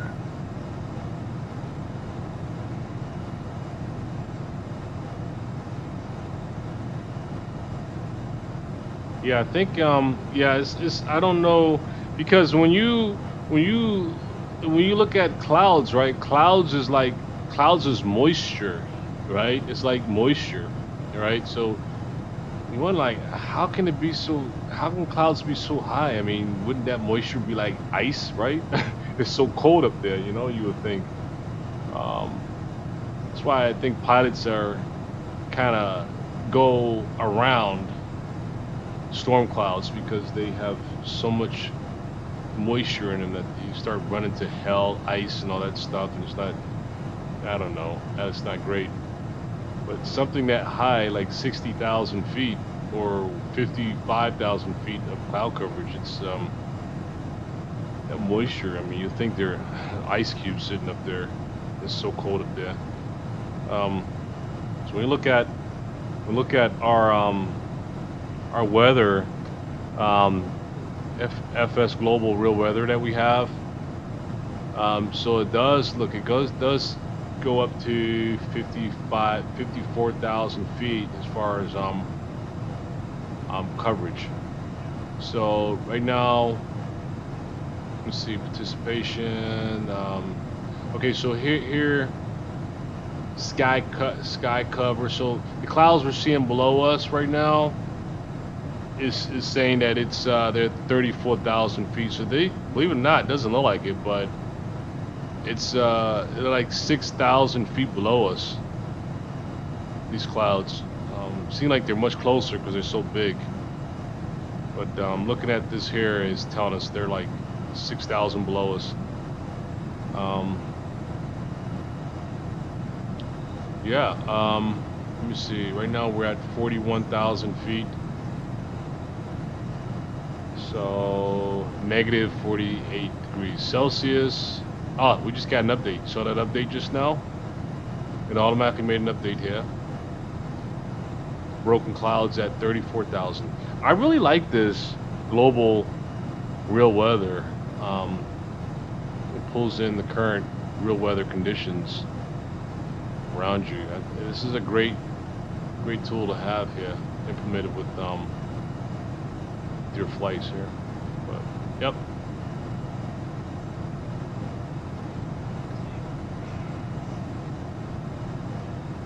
I purchased I have a I'm on a 1-week trial here with XP Realistic version 2. This is I like it. I definitely like it. You see, flying a cloud is very interesting. It's the best way to panic passengers. Absolutely, absolutely. Especially you hit the clouds and they can feel the turbulence, right? It can shake them up a little.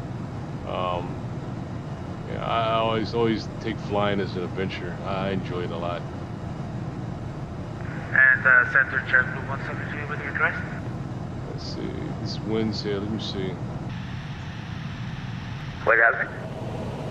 We'll step over, if we can step over. Oh, I like that better. For 5 minutes. I like that I can wind give you sound. 10. Alright, 10. Be right back. Need to take the dogs for a walk. JetBlue 173. No problem. This sounds better, folks. I like this sound. I'll keep that sound for the wind. See, rain. United 2000 Lima Aerospace to the east, the PR is offline. Radar services terminated. Frequency changes approved. See ya. Was that for us? United 2000, frequency change approved. Thanks, Oh, okay. man. Nope, that wasn't for us. Let's see what else we have. We got wind ambience. San Juan Center, November 25 Delta Bravo, IFR request to Juliana.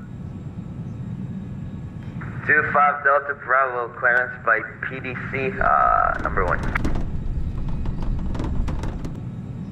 Turbulent shake. Turbulent shake's pretty cool. I actually like this. Touchdown. This is really good. This is a weak trial for me, but I like it. I really like this a lot.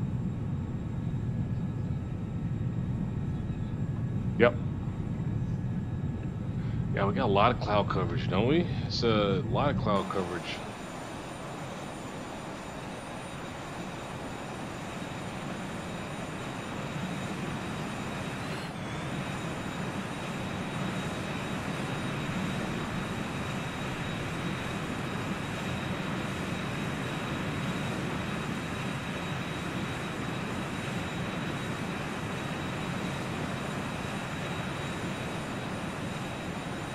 San Juan Center, buenas noches.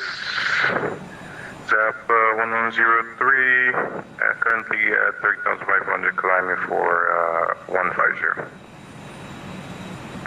1103, San Juan, climb, flight level 330. Continue climbing 330, Zap 1003.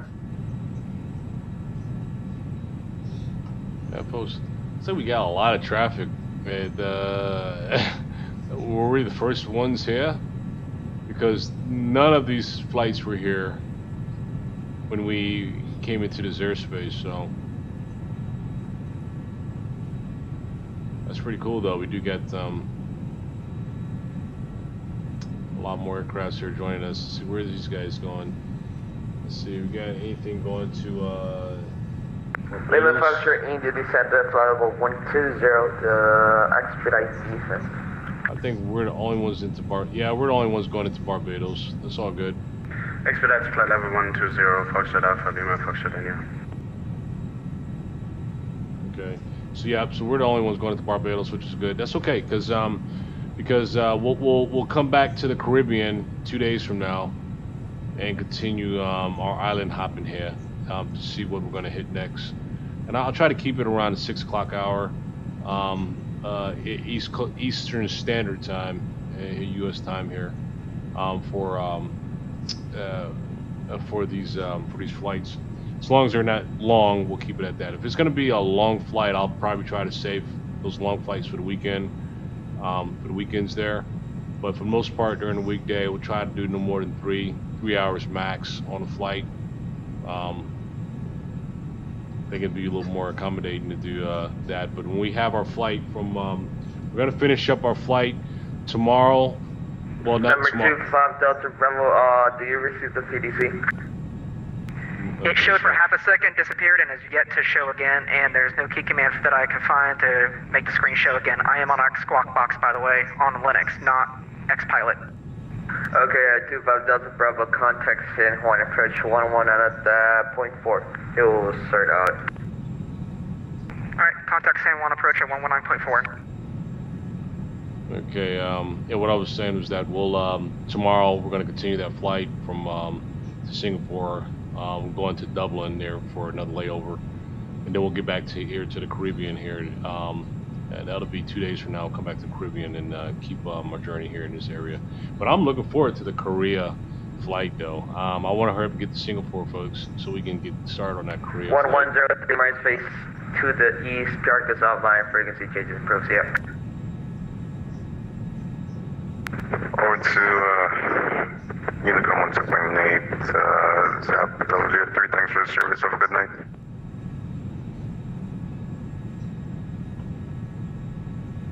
So out of curiosity, United 952 with you. 1 second. 150, flight 150. Yeah, 952, San Juan Center, climb level 330, direct to Lopo. 330, direct to Lopo. So how long have you all been flying on X-plane? I'd like to know how long you all have been here. Your flight sim, how long you been flying?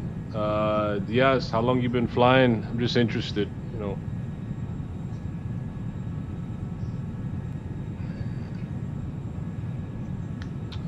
I can say this much: I've been flying an X-plane for, I think, like 5 years now. I've been flying. It's actually a great hobby here. I'm considering getting my pilot's license here in the near future. Start working on that. But this actually is a really sharp learning tool. As far as gaining skill set to learn how planes respond. You know, all the things behind it as far as Lima Foxtrot off, Lima Foxtrot India contact to land approach 128, Roger, 128.9 positive. Oh. 128.950, thank you very much for the service. Good night. Foxtrot Alpha Lima Foxtrot India. Oh, 313 hours. Okay, not long in And center, American 224, level 15,000. American 224, climb level 370. Flight level 370, American 224.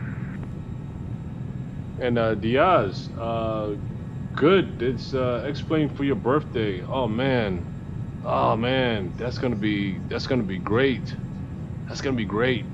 You know, explain is a learning. It's a learning for everybody. You know, it should be fun. It should be enjoyable. It should be adventurous. We all gonna make mistakes too, but you're gonna learn from the mistakes, and it's gonna. Yeah, 952 Lima Aerospace to the east, PR goes offline, frequency change to approves, yeah.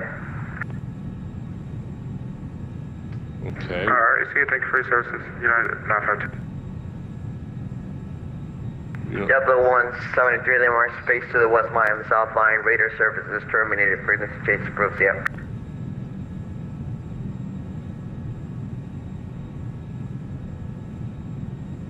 Okay, respond. Okay, respond. American 224 Lima Aerospace to the west, PR goes offline, radar services terminated, frequency change to approves, yeah. Alright, thanks for ATC services, American 224. See ya. There you go. Good. Yep. So yeah, this is it's a lot to learn, but it's really fun, you know. You grow with it. You grow, you keep growing, you know. And it's really exciting. I love this as a United hobby. 1979 San Juan. All right, go ahead for 97.9. 9079, 1 ready, descent level 300, leave my space to the east, target is offline, frequency change to the first, yeah. Let's copy that. We'll descend 3,000. Going to Unicom 122, that's 187.9, copy. Level 330 is that. Oh, correction. That'd be 330, 97.9, copy. See you later. Yeah, that's correction 330 as you mentioned, center for 97.9, gotcha. Okay. Okay, folks, there we go. Go offline, Unicom 122.8. American 808 San Juan. And we're going to descend 330.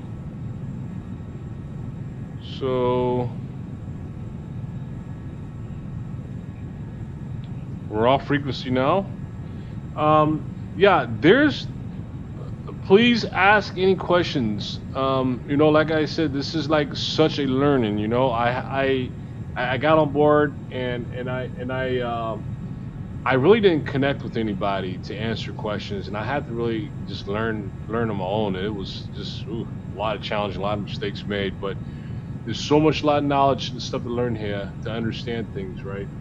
But you know, with speaking with air traffic control here too, you know, you gotta kind of follow the pattern. The pattern, as you realize, stays the same with responding back to them, understanding the lingo. It's a little tough at first, you know, but after a while, it's naturally starts getting better and better, you know. It's just like learning, like for instance, learning a new language or something, right? It takes time, but you'll get it quick. So we're off frequency now. We're out of the airspace now, San Juan. We're considered out of the airspace now. We're now Unicon 122.8, so we don't have to be responding anymore. We're clear on that. So with that now, and I'm glad you mentioned. I should have asked a long time ago. How much flying have you had with X-Plane? You know, I should have asked this question a long time ago because I need to. I think it'd be beneficial for me to start like explaining things a little more clearly now. You know what I'm saying? I'm glad you told me that. I'll be more careful as far as what I say, how I say it, and be able to give a good example and explanation for you, so you can understand exactly, the protocol behind flying these aircrafts. So it's a lot to learn, but I'll chop it up and I'll kind of explain things more clearly here for these flights. He cleared us to 33,000 feet, meaning that we can go ahead and start our descent to 33,000 in preparation for our arrival to the airport, right? So you heard he said flight level 330, so that means we're cleared to go to 330. So let's start making this change here to our FMC here. So, all right, so that's automatically turned there. I'll be honest with you. We're not covered by air traffic control anymore. We can actually descend in our discretion. Right now, we look at our FMC, right? If we go to 330 now, right? It's a little crazy because we still got such a long ways to go. Not a long way to go, but we're at 410 altitude, and we have another 58 miles before we get to FOF. So we got so long to go still on this altitude here, 410. So I don't understand reason to go to 330. It could be because, anticipation as far as preparing for arrival. That's fine, no worries. There's good information. We're gonna maintain altitude right now, and we're gonna control our altitude at 410. We're gonna do our decline as we get closer and follow our FMC. Okay? Well, we'll go as planned for now. All right, so we'll do that. We'll keep our altitude, our 410. And we only have 137 miles before we get top of descend, so we're gonna start descending here relatively pretty soon here, folks. Pretty soon. See, do we have any lights to lighten this place up a little bit? Let me see if we have lights here.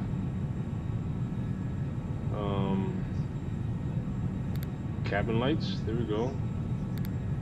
Entry lights, cabin lights, starter system there. Spoilers auto. So let's look at this, folks. When you touch ground, the spoilers should automatically deploy. You said I should, flight sim, you said I should go ahead and descend to 350, huh?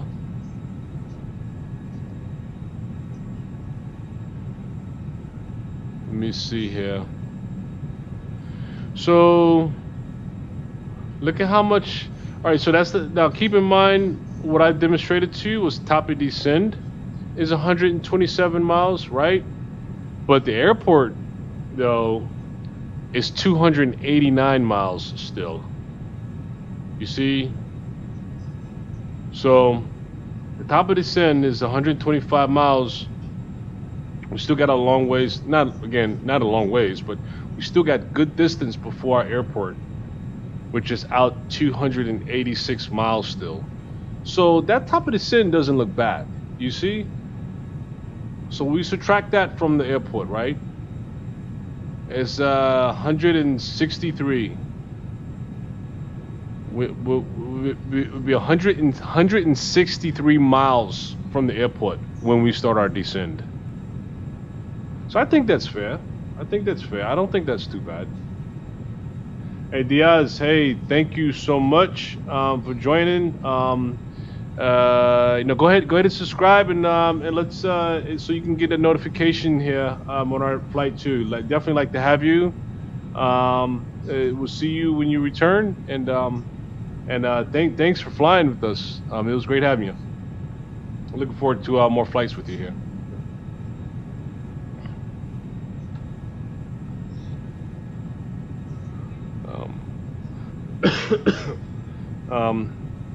So yeah, we'll maintain our altitude here, and we'll start that descent closer to there. So I think we're good right now. Flight sim.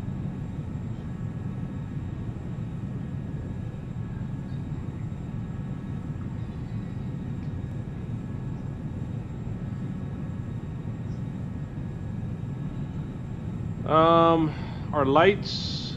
So we got beacon lights, strobe lights, and all that on. Wing inspection lights there.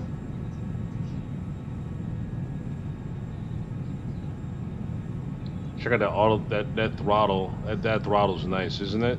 You look at it close here, and you see it moving a little bit here and there too. It's pretty cool. Engine fuel shutoff switches here.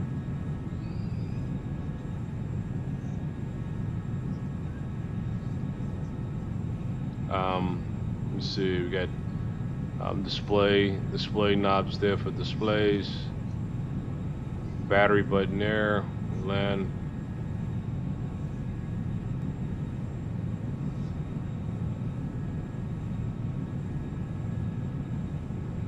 Temperature controls, fuel pump,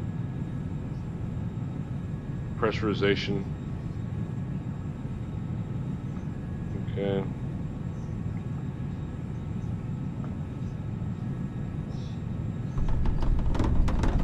That sounds like turbulence to me. That sound like some turbulence. I heard it. That's what it sounded like to me just now. Alright, so 100 miles at the top of descend. We're gonna be crossing Dunta in 12 miles. Oh look, we have some crazy storm here. You see this radar? Let me see this radar here a little closer. See if it comes back up on us. Got like some crazy storm cloud here. I think it should show up again here, like really soon.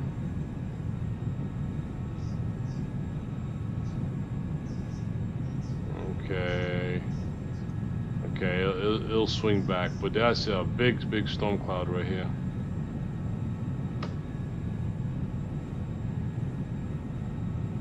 It's just out this way.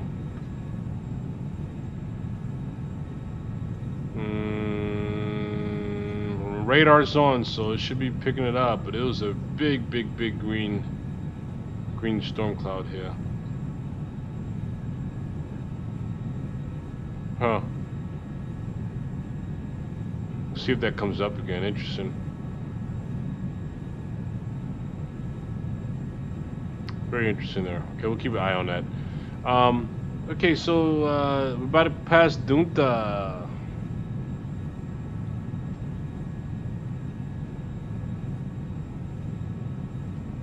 Across Dunta here. Okay, we passed Dunta. FOF.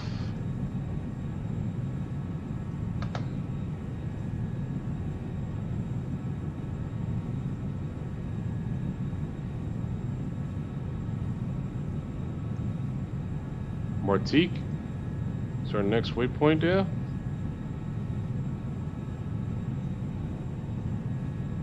Okay. And our top of our descent is gonna be like really soon now. We're gonna start descending. 81 miles. 81 miles. So when we get to 81 miles, one thing we're gonna do here is this. When we get to the 79 miles, when we cross the top of the descent, when we start descending, this meter here for speed is gonna drop down completely, right? Our speed will still be the same, but this drop down indicating for us to start slowing down. We'll have to hit flight change, and it'll automatically start descending to the proper altitude for our next point, which will be 39,000. You see? It'll be 39,000. So it'll automatically, once we hit flight change, start descending. Hey, there's that green cloud. There's another one there. Storm cloud there. I see it now. I knew I wasn't crazy. I saw something show up earlier. So this stuff right here we want to stay away from as much as possible here. So we want to stay away from that. It's over in that region over there. So good capture from the radar there. Alright, top of descent, 68 miles left. We'll start our descent.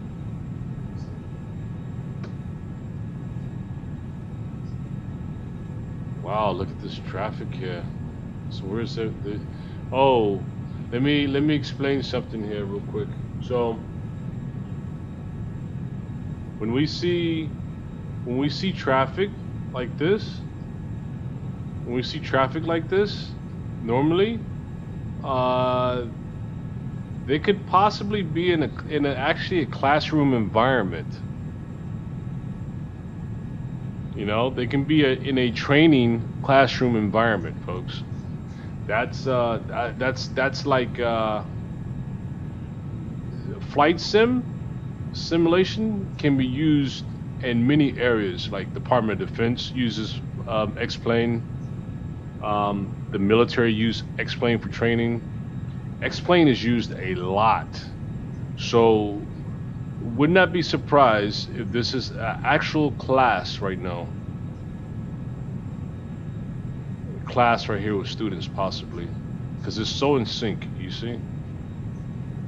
And there's more. Look, they're all going to the same location. You see?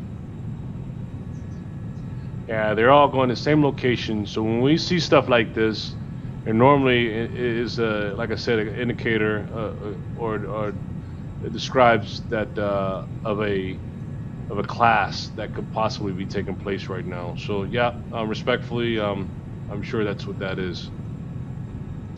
They are arriving in this airport here. Is that that's Trinidad, huh?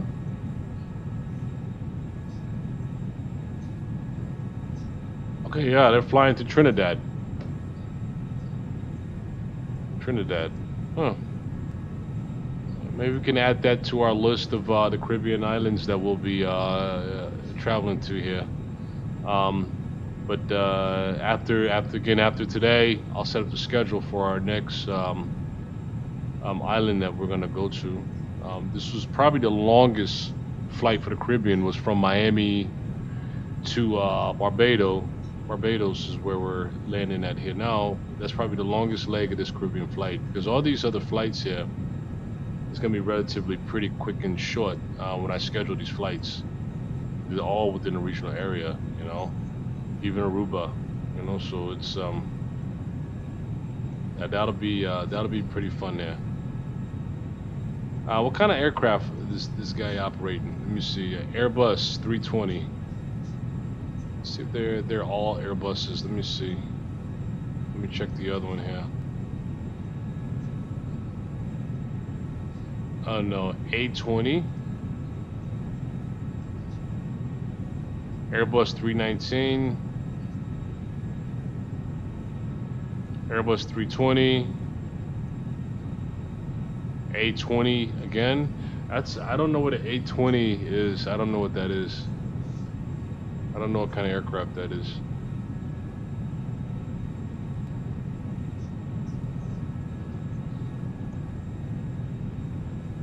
Okay, so let's we only got 50, how many miles we have? 38 miles. Let's get back over here real quick to this. Let me explain this real quick here. So we're gonna start our descent here, 38 miles. We're gonna start a descent here to Bridgetown, okay? Adams Bridgetown, Barbados Airport. Okay. Again, here's our airport. We arrive in airport 09. We're gonna check our weather to make sure we're still. Let me see, what is that? TBPB. TBPB. Let's check the weather here. Winds are at a 90 degrees at 18 knots. So we know winds are going west. Still, 09 is a good runway to go into to catch those headwinds. Perfect. So we're good. We're set for 9 already. And it's going to be 9 ILS localizer Y for 9 is going to be our arrival. All right, let's see if we're starting our descent yet, folks. Let's see. We got 27 miles left. And looks like we got are we going straight towards this storm cloud? It's like some rain or accumulation stuff. We'll probably fly over it though. I think we're still pretty high. But this cloud in front of us here, it's hard to see now, but it's there.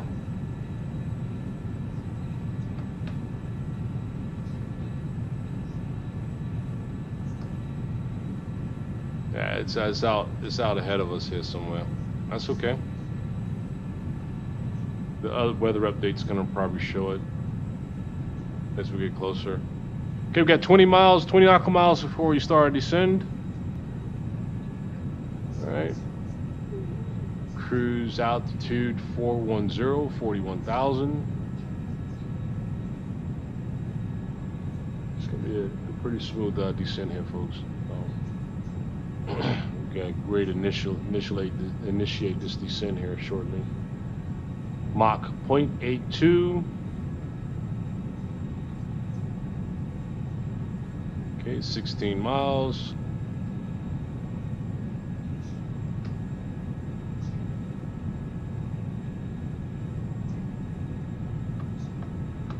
And 14.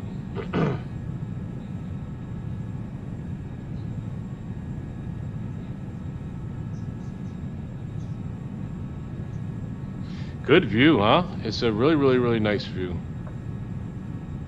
I think normally right now it's probably, yeah, it's dark right now, but I took it so we can keep some daylight so we can actually have a good visual.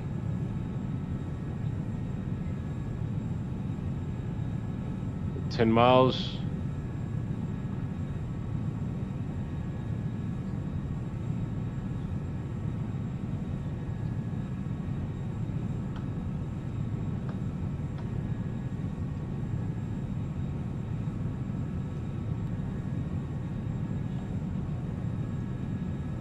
$7 miles left. And like I said, when we hit that top of descent, this is gonna change on us. Watch. Oh wow, that storm cloud look is green below us now already. So it was directly in front of us. It was this cloud right here, right below us here. That was a lot of precipitation there. It looks small, but it has a lot of punch there.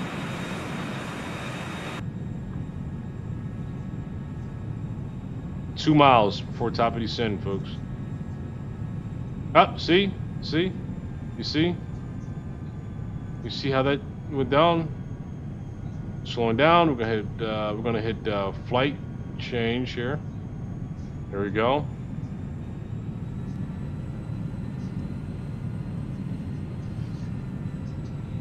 And come off our throttle. Bring our speeds down. Overspeed. Overspeed. Some flaps. Overspeed. Overspeed. Overspeed. Overspeed. Overspeed.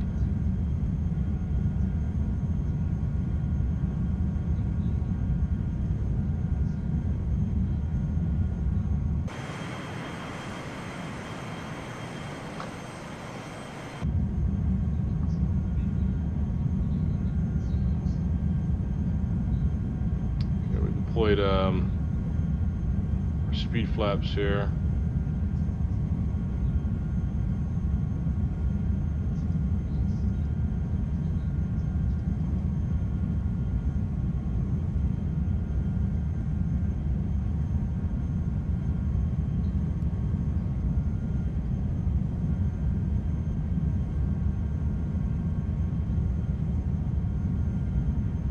Okay, yeah, we got the speed brakes deployed, slowing her down.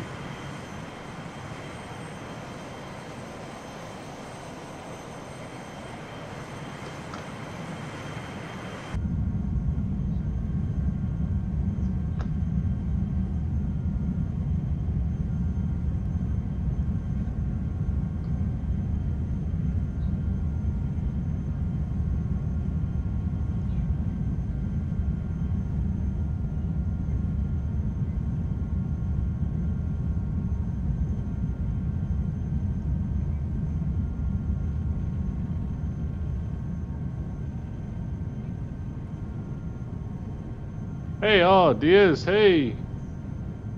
Hey, glad you came back there. We're making our descent. We're making our descent into Barbados.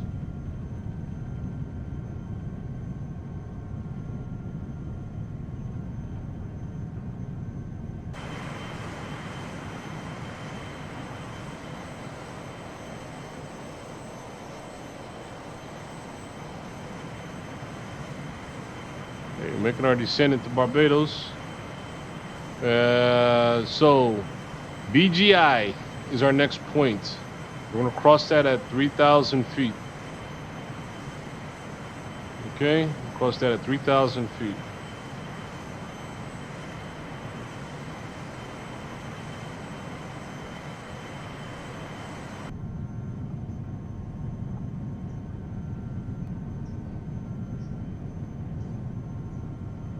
Okay, we got some more air brakes here. Slow down some more.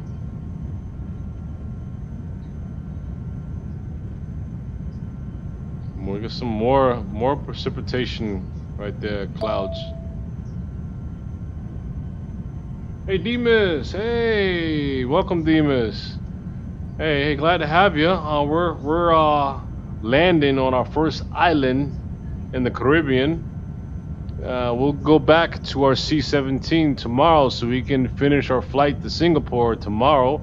We're gonna be flying to Dublin tomorrow from Newfoundland with our C-17 for that journey. So, but yeah, this is the Caribbean portion in which we're flying the business jet here. This business jet. It's really cool. Really cool jet.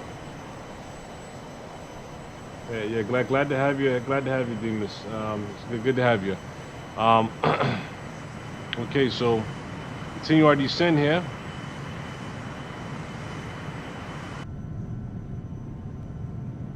Demas, yeah, since you just came on board, I think you missed the fun earlier. I gave a little tour of the interior of this here, this aircraft. So let's walk you. Let's take a walk, and let me show you. We'll give you a walk here, Demas, and we'll walk you through to show you what it looks like. So yeah, as this is luxury, look at this here. Let's go for a little walk, so we can show you this. We got this, that, shiny stuff here, nice lights, nice seats, comfortable seats. You know,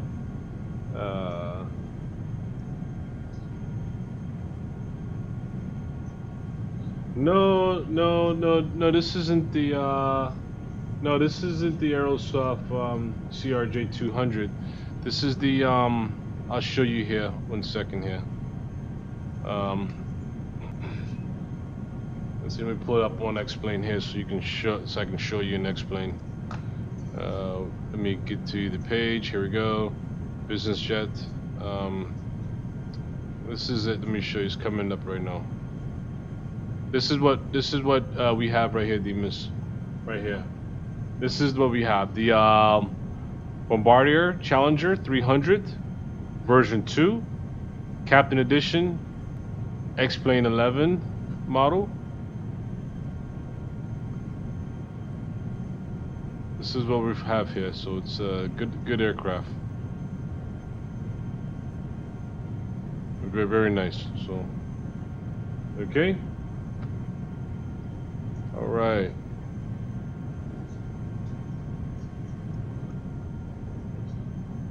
Open back doors. Open all this stuff. Pretty cool stuff. Okay, let's get back in our cockpit here. Let's get back up in our cockpit here. Okay, let's see. Oh, we better slow down. We're going a little fast. Gotta bring our speeds down here.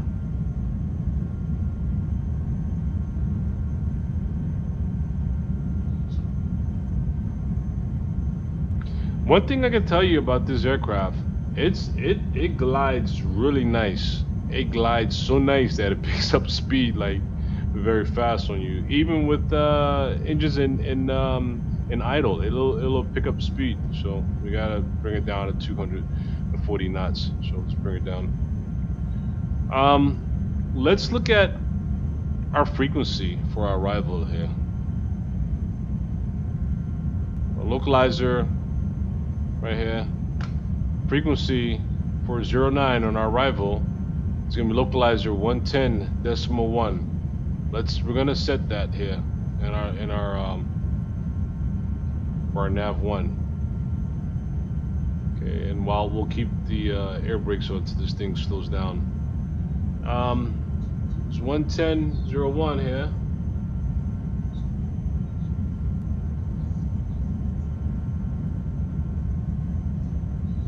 One 110.01.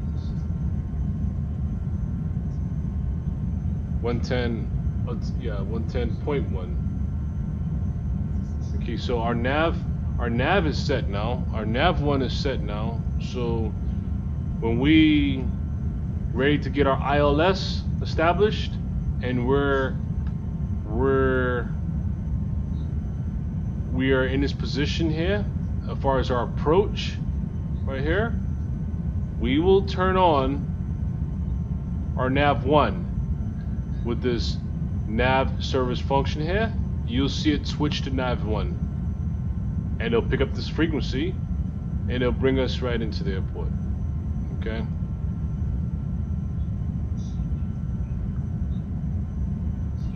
Oh, still descending and still slowing down. Whew.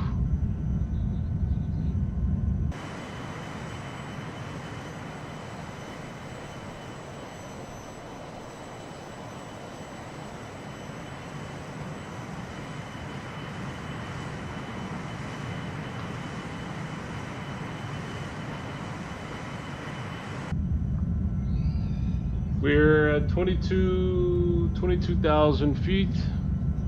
Still descend.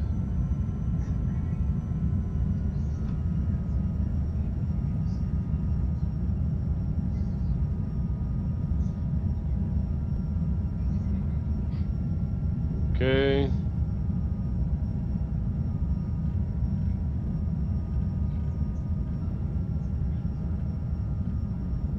Okay, I think Barbados, the island of Barbados should be right in front of us at our 12 o'clock. We should start seeing our island here soon, folks.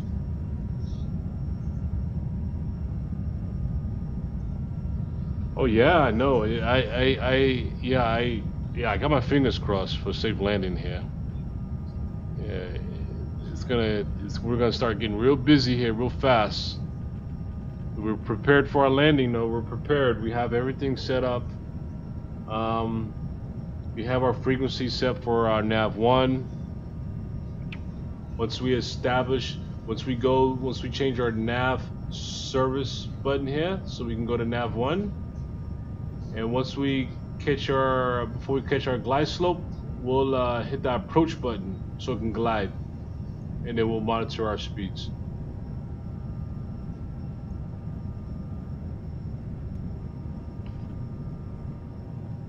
Okay, flaps are relieved. And no more flaps. Flaps are down. Some nice cloud coverage. Look at that. Look at this. Yeah, Diaz. Hey, listen. I meant to say earlier. This is a good birthday gift for you. For you to have. This would be a really good birthday gift for someone to buy this for you. This is really great. What I end up having to do when I first got X-Plane 11, it was that the computer I had, the Apple computer I had, was just not. It was not fit for this type of application. You know, this application is very strong. It's a very strong application. It takes a lot of power, you know. Graphics card, like I had to build this computer right here that I have. So it's brand new. Well, I would say about 2.5, 3 years old now. Well, about 2 years old now. This computer I have here. But it's I had to really build it out for it to fit X-Plane. You know, as far as the graphics card, I had to get a good graphics card. I have the radiator system to keep the processor cool. You know, I have RAM. RAM is okay. It kind of makes the computer go faster and all that. Random memory there. So I have 32 gigs of RAM. I have a SSD card. I have an external 2 terabyte external drive as well too, so I can store a lot of the X-Plane files on the external 2 terabyte drive there. So my SSD card internally, it doesn't have that much on it. It has like 545 gigs, but still very little on it, because I want the processing power to be fast and strong internally, you know what I mean? Files and stuff that's stored on the external drive that's still in the computer, but internal hard drive that I put in as my secondary drive to store the files. So I put that there so that, you know, it hasn't no boggled down on the processor, and if it needs information, it'll pull from that drive and it goes into the memory bank, and there we go, we can process. So I think that was the easiest way for me to plan it out, to build it out, and it's a really good system. A really good system. I have no complaints here. I'm using 3 monitors, by the way. 3 monitors take up a whole lot of memory, folks. Keep in mind, every monitor that you're using is almost like X-Plane times 1, times 2, times 3. So you can imagine how much power 3 monitors use when you're using 3 monitors to run X-Plane, right? So definitely, please keep that in mind. Okay, folks, we passed 18,000 feet. Let's go ahead and set our altimeter. Let's see what we have here as far as our altimeter now. QNH 1015. Let's change that QNH to 1015.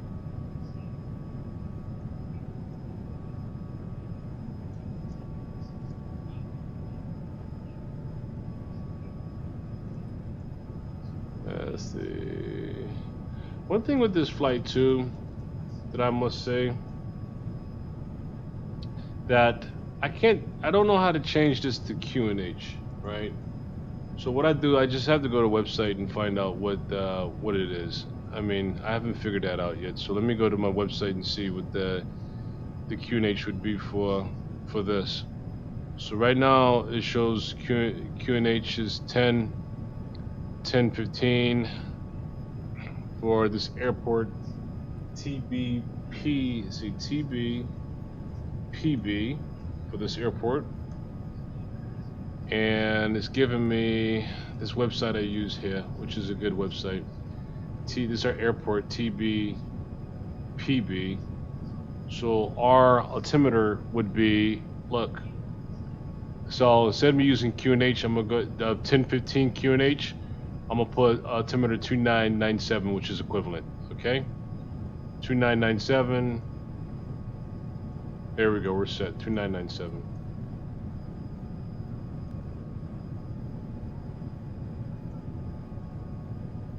Okay, we're coming in. We got 27 miles before we have to be at 3,000 feet before we turn.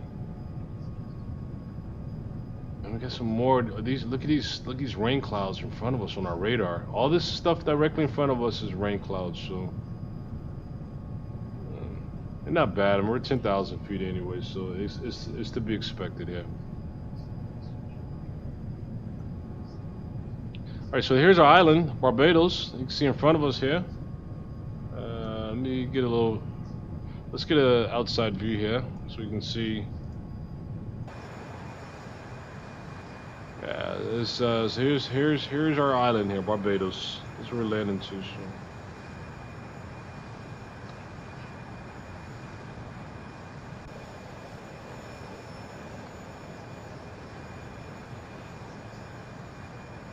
We should be landing here very, very shortly. We'll be at 3,000 feet, another 22 nautical miles.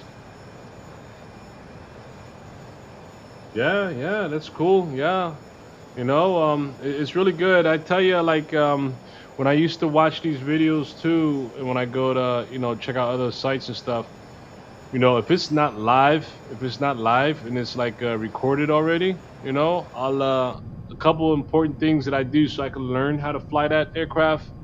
Number one is departure, and then once I know that, know what they do when they cruise.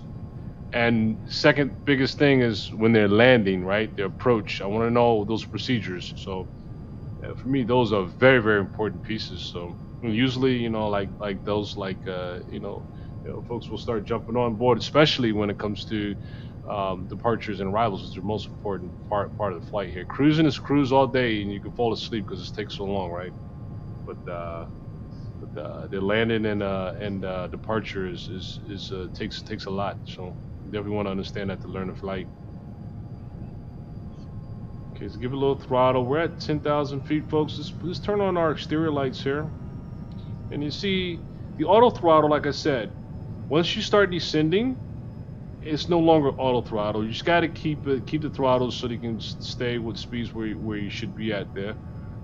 Let's go ahead and put on our arrival lights here. Turn our exterior lights on. Okay, we're all set there. Let's take a look at that. So, landing lights are on. Crossing 10,000 feet. Looking good. Okay, we already have our. Wow, look at the island. Looks nice, huh? Look at that. Barbados, here we come. All right.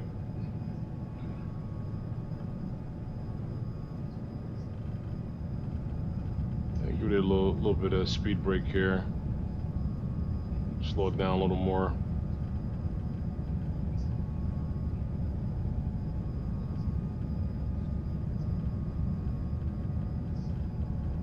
Okay.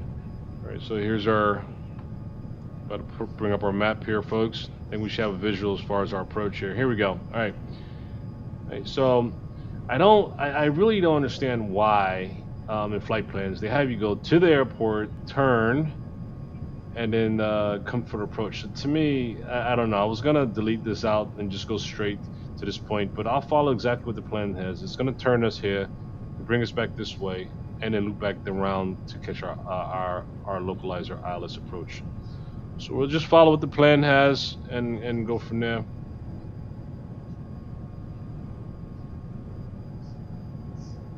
As you can see there, okay. Continue our descend.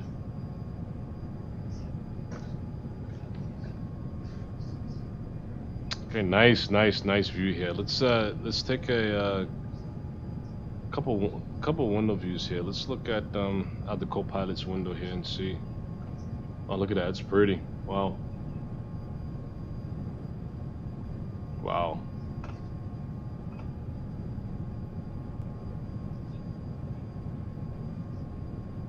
Let's look out the other window here.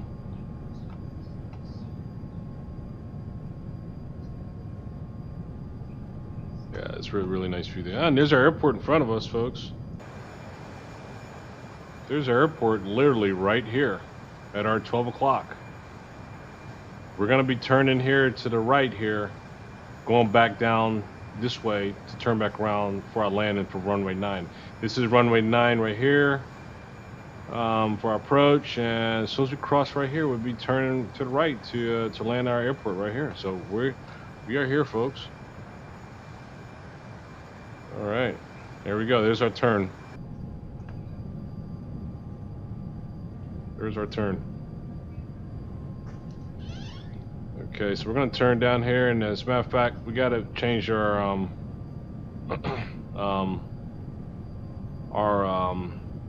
altimeter changed on us, so we gotta fix our altimeter again. You gotta keep your eye on altimeter. It can change on you when you least expect it, so put it back to 2997. It went to 2992, so we'll just make that change here.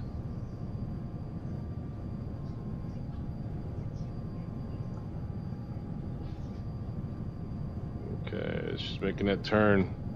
Just making that turn. Oh, look at that. That's pretty.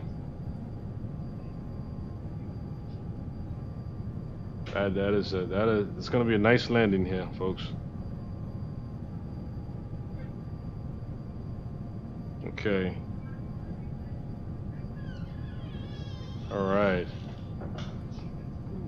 Let's give it a little more throttle so we can get our speeds back up here.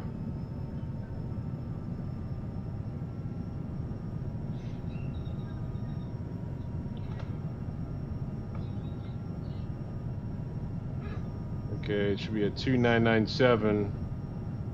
That's what our altimeter should be. So let's make that change there.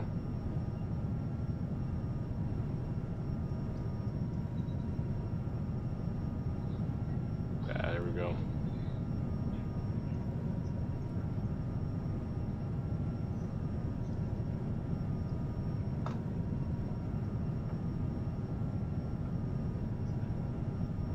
Okay, making that turn right here, as you can see on the map, which is right. Okay.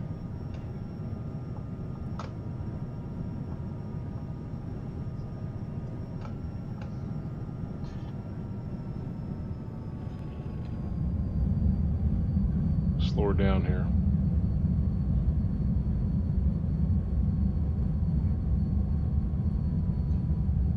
Keep that speed down.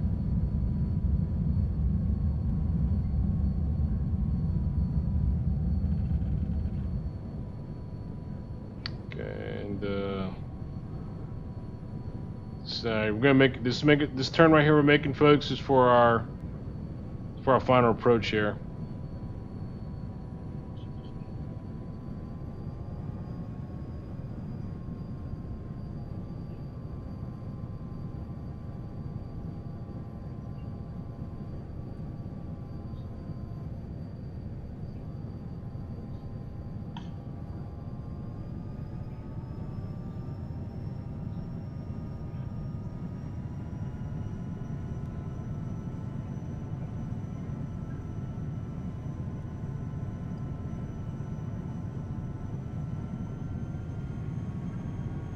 Let's go ahead and turn on our establish our turn on nav 1. As soon as we come out of this turn here.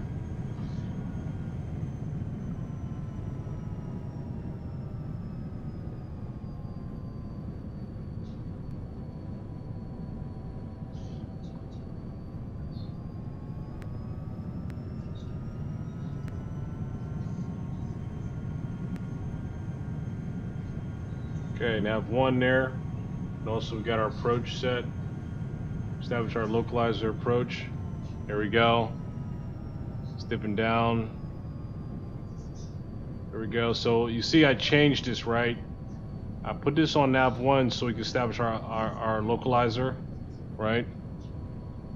I did a nav 1 here, put it to nav 1 where we have our established frequency for our localizer here. I also set the approach 2 so that we can hit that glide slope, and now we've established a glide slope for the arrival. So now let's go ahead and slow it down here, folks. Let's bring our speeds down because we're going to be landing here shortly. Let's play some flaps here. Overspeed. Overspeed. Overspeed. Overspeed. Overspeed. Overspeed. Overspeed. Overspeed. Overspeed. Overspeed. Okay, tells us our speeds too. So we're gonna be at the 120, 123 knots on our arrival here. So we established a localizer, ILS again. Hey, Flight Sim, hey, you're back with us. Hey, thanks for joining. Join the right time here. We're about to get her on the ground here.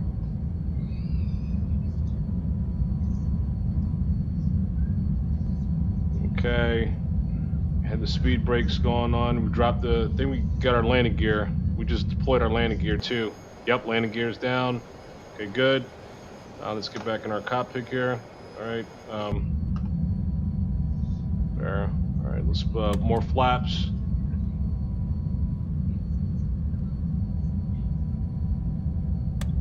More flaps. More flaps. Okay. Take the speed brakes off.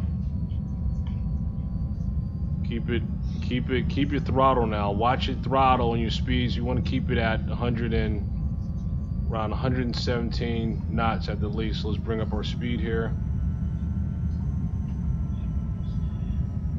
There we go. So we might be going to take off autopilot here and manually take her in now at this point. We're almost at that point here.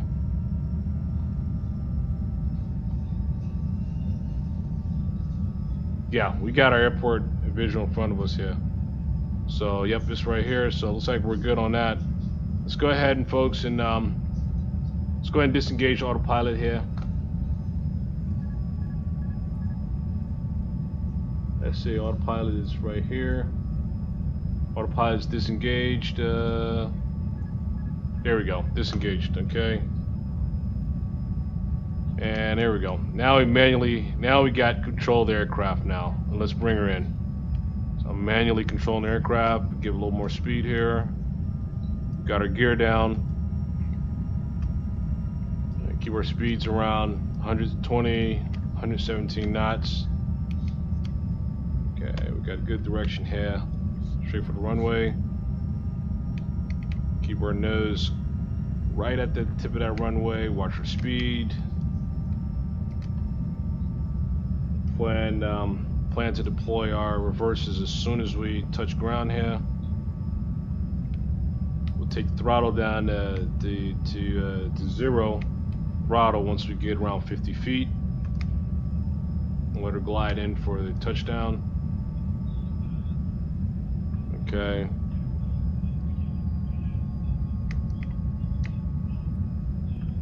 Okay, looking good. Okay. Start coming off throttle. There we go. And off the throttle. Now off. There we go.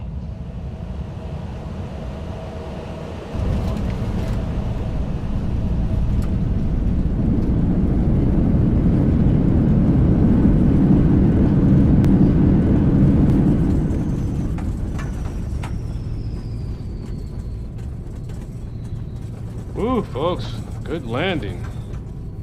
All right, let's coast her through. Whew, I always get nervous on these landings because you never know. I tell you, you put so much work behind it, right? And you want to make sure it works. And good gracious, this one worked. I'm glad we worked it out, but we got her in there. Bring our flaps up here.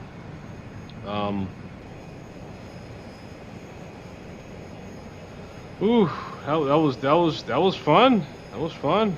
Got it there safely. Here we're gonna park, and then and once I park, I like to see what that landing look like once we park. Right? Let me rewind it just to see how good the landing was, and then we'll call it from there. But let's go ahead and get her parked. Look at the landing real quick.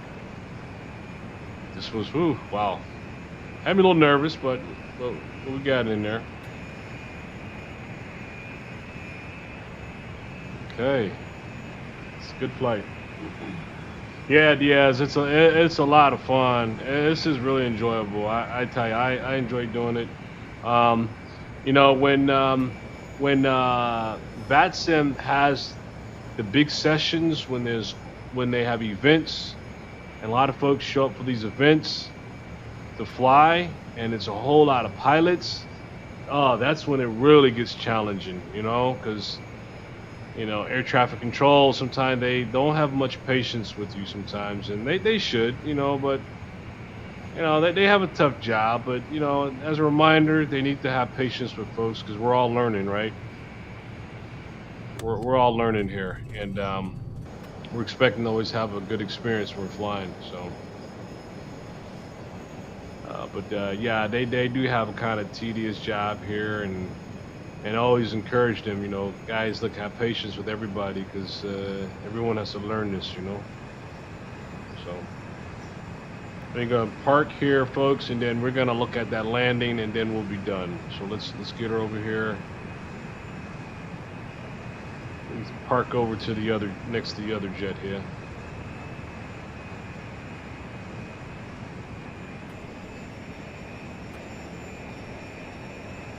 Okay, let's slow down.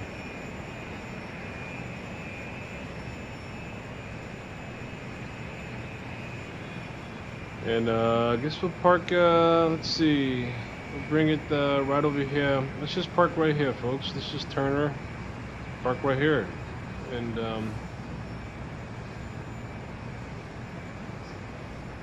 we'll just stop right here. We'll park her here, and let's go ahead and look at our, let's put the brakes on. Let's look at our arrival here real quick, and then we'll stop from there. So let's take a look at our rewind real quick. Get back in our aircraft. Let's see. So when we landed, we should went ahead and cut off our landing lights, put on taxi lights when we landed. We should have done that. Cut these here lights off here. Cut our beacon off. Seatbelts is off here, folks. And we can actually open up the door here too. I'll show you that after we play our rewind here. And let's put our brakes on. Okay, brakes are pulled. Right here is our brakes. They're pulled. And make sure that we're not going anywhere. And let's look at the rewind here real quick here, real fast on our landing, just to see how that approach was here. Check and see how this approach was.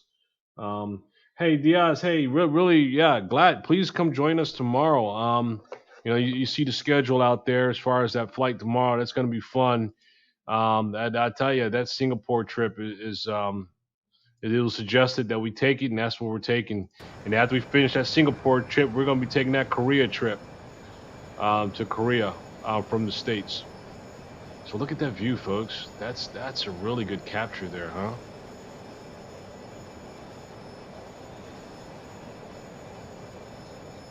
All right, yeah, sounds good. Yeah, sounds good.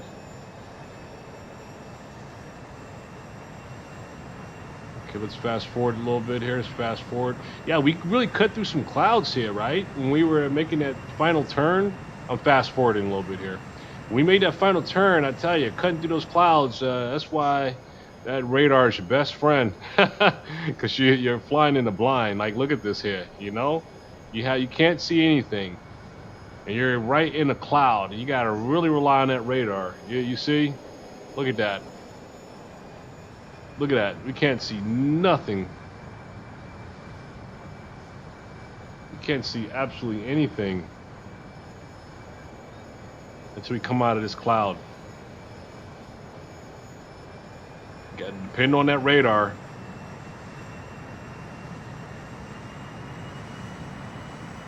Reshade. No, I haven't used any reshades before. So what's shaders? Oh, shaders. Shaders and so what do you mean? What is shaders?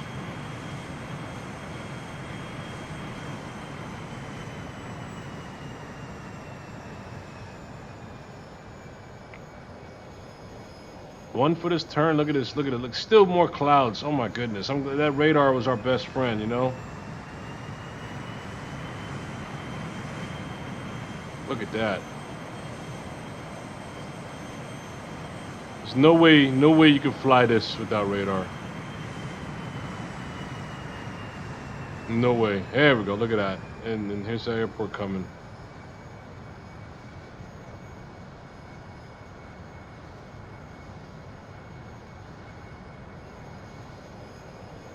There's no way you can fly this without radar. Look at that.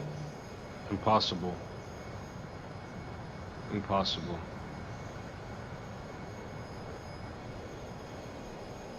Yeah, no way.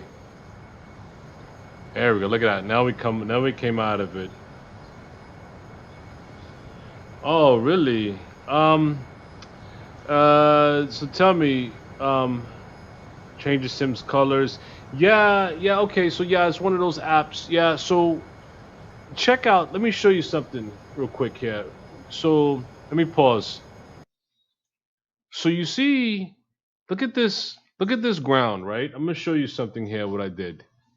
You see the textures of the ground, all the detail on that ground. This is not normal, right? So what did I do to get this kind of textures, right? Like if you go to this ground right now, to this island, you're not gonna see this detail at all. You're not gonna see this because what I did is this here. I'm gonna show you something here real quick. I'm gonna open up something here. It's called ortho tiles. So what this does, you see, we'll get back to it real quick here. And this is the little bonus. These ortho tiles that I created here, that I put there, and here's our island right here that we're landing. What it did, it took the true images from satellite and to see what the ground is like, right? And it pulls that into packets and it develops it and you install it, and when you go to your scenery you get all of this real stuff. You see what I'm saying? It's real stuff. It's like the real thing, you know what I mean? It's no like artificial. This is like really, this building is really here. These trees are like really here. These streets are really here. All this green patch, that's really there. So it does way more, like 10 times more than what X-Plane does, you know, as far what it offers. Because X-Plane can't support that amount of data to be added. You can remove it and it goes back to X-Plane normal stuff, right? This is not X-Plane normal stuff at all. This is the add-on that I did with what you just saw, what I just did. Yeah. Like a photoreal scenery. Yeah, you can do that at any place in the world. What I just showed you. Any airport in the world you want to land to, you can do it. It's called Ortho, or Ortho for XP. Let me type it in the. Let me type it in real quick here. It's called the Ortho for XP.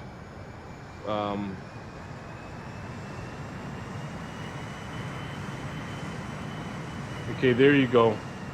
It's called Ortho. Okay, hey Diaz, hey, have a good night. Looking forward to seeing you tomorrow. We'll continue our flight tomorrow. Thanks for joining. Diaz, thanks for joining. Okay, so I'm speeding up a little bit here, and let's look at side view here so I can see. Let's see how good the landing was here.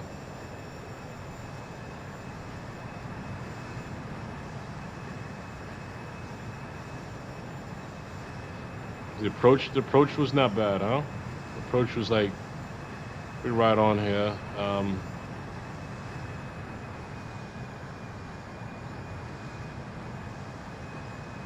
Look at the shadow. Nice shadow, huh? That shadow goes really nice with that. So let's see. Here's our landing, folks.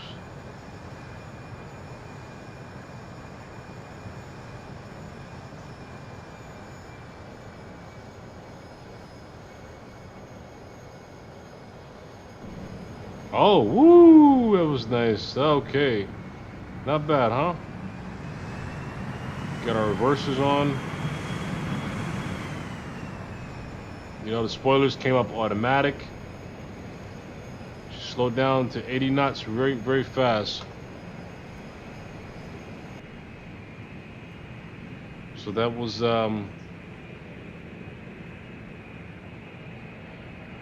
folks, this was fun. This was enjoyable. This was a good flight here. Tomorrow will be the flight again, as I mentioned, from Newfoundland to Dublin. As part of our journey to Singapore. So that'll be our flight tomorrow. This is the Caribbean side. Thanks, Flight Sim. Thank you. You know, you guys kind of being here kind of made me, you know, focus more so I can make sure I didn't mess up. So they put the pressure on, you know.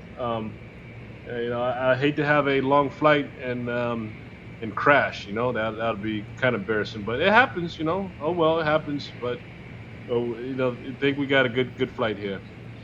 But anyhow, folks, listen. We'll go ahead and end it here. Thanks for everyone for joining, and if there's anyone here who hasn't liked and subscribed, please do so. Of course, you know, we always gotta try to get more folks to join. It makes it much more enjoyable. So. All right, so we'll continue tomorrow. Everyone have a good evening and stay safe. And we're out here. Take care, everyone.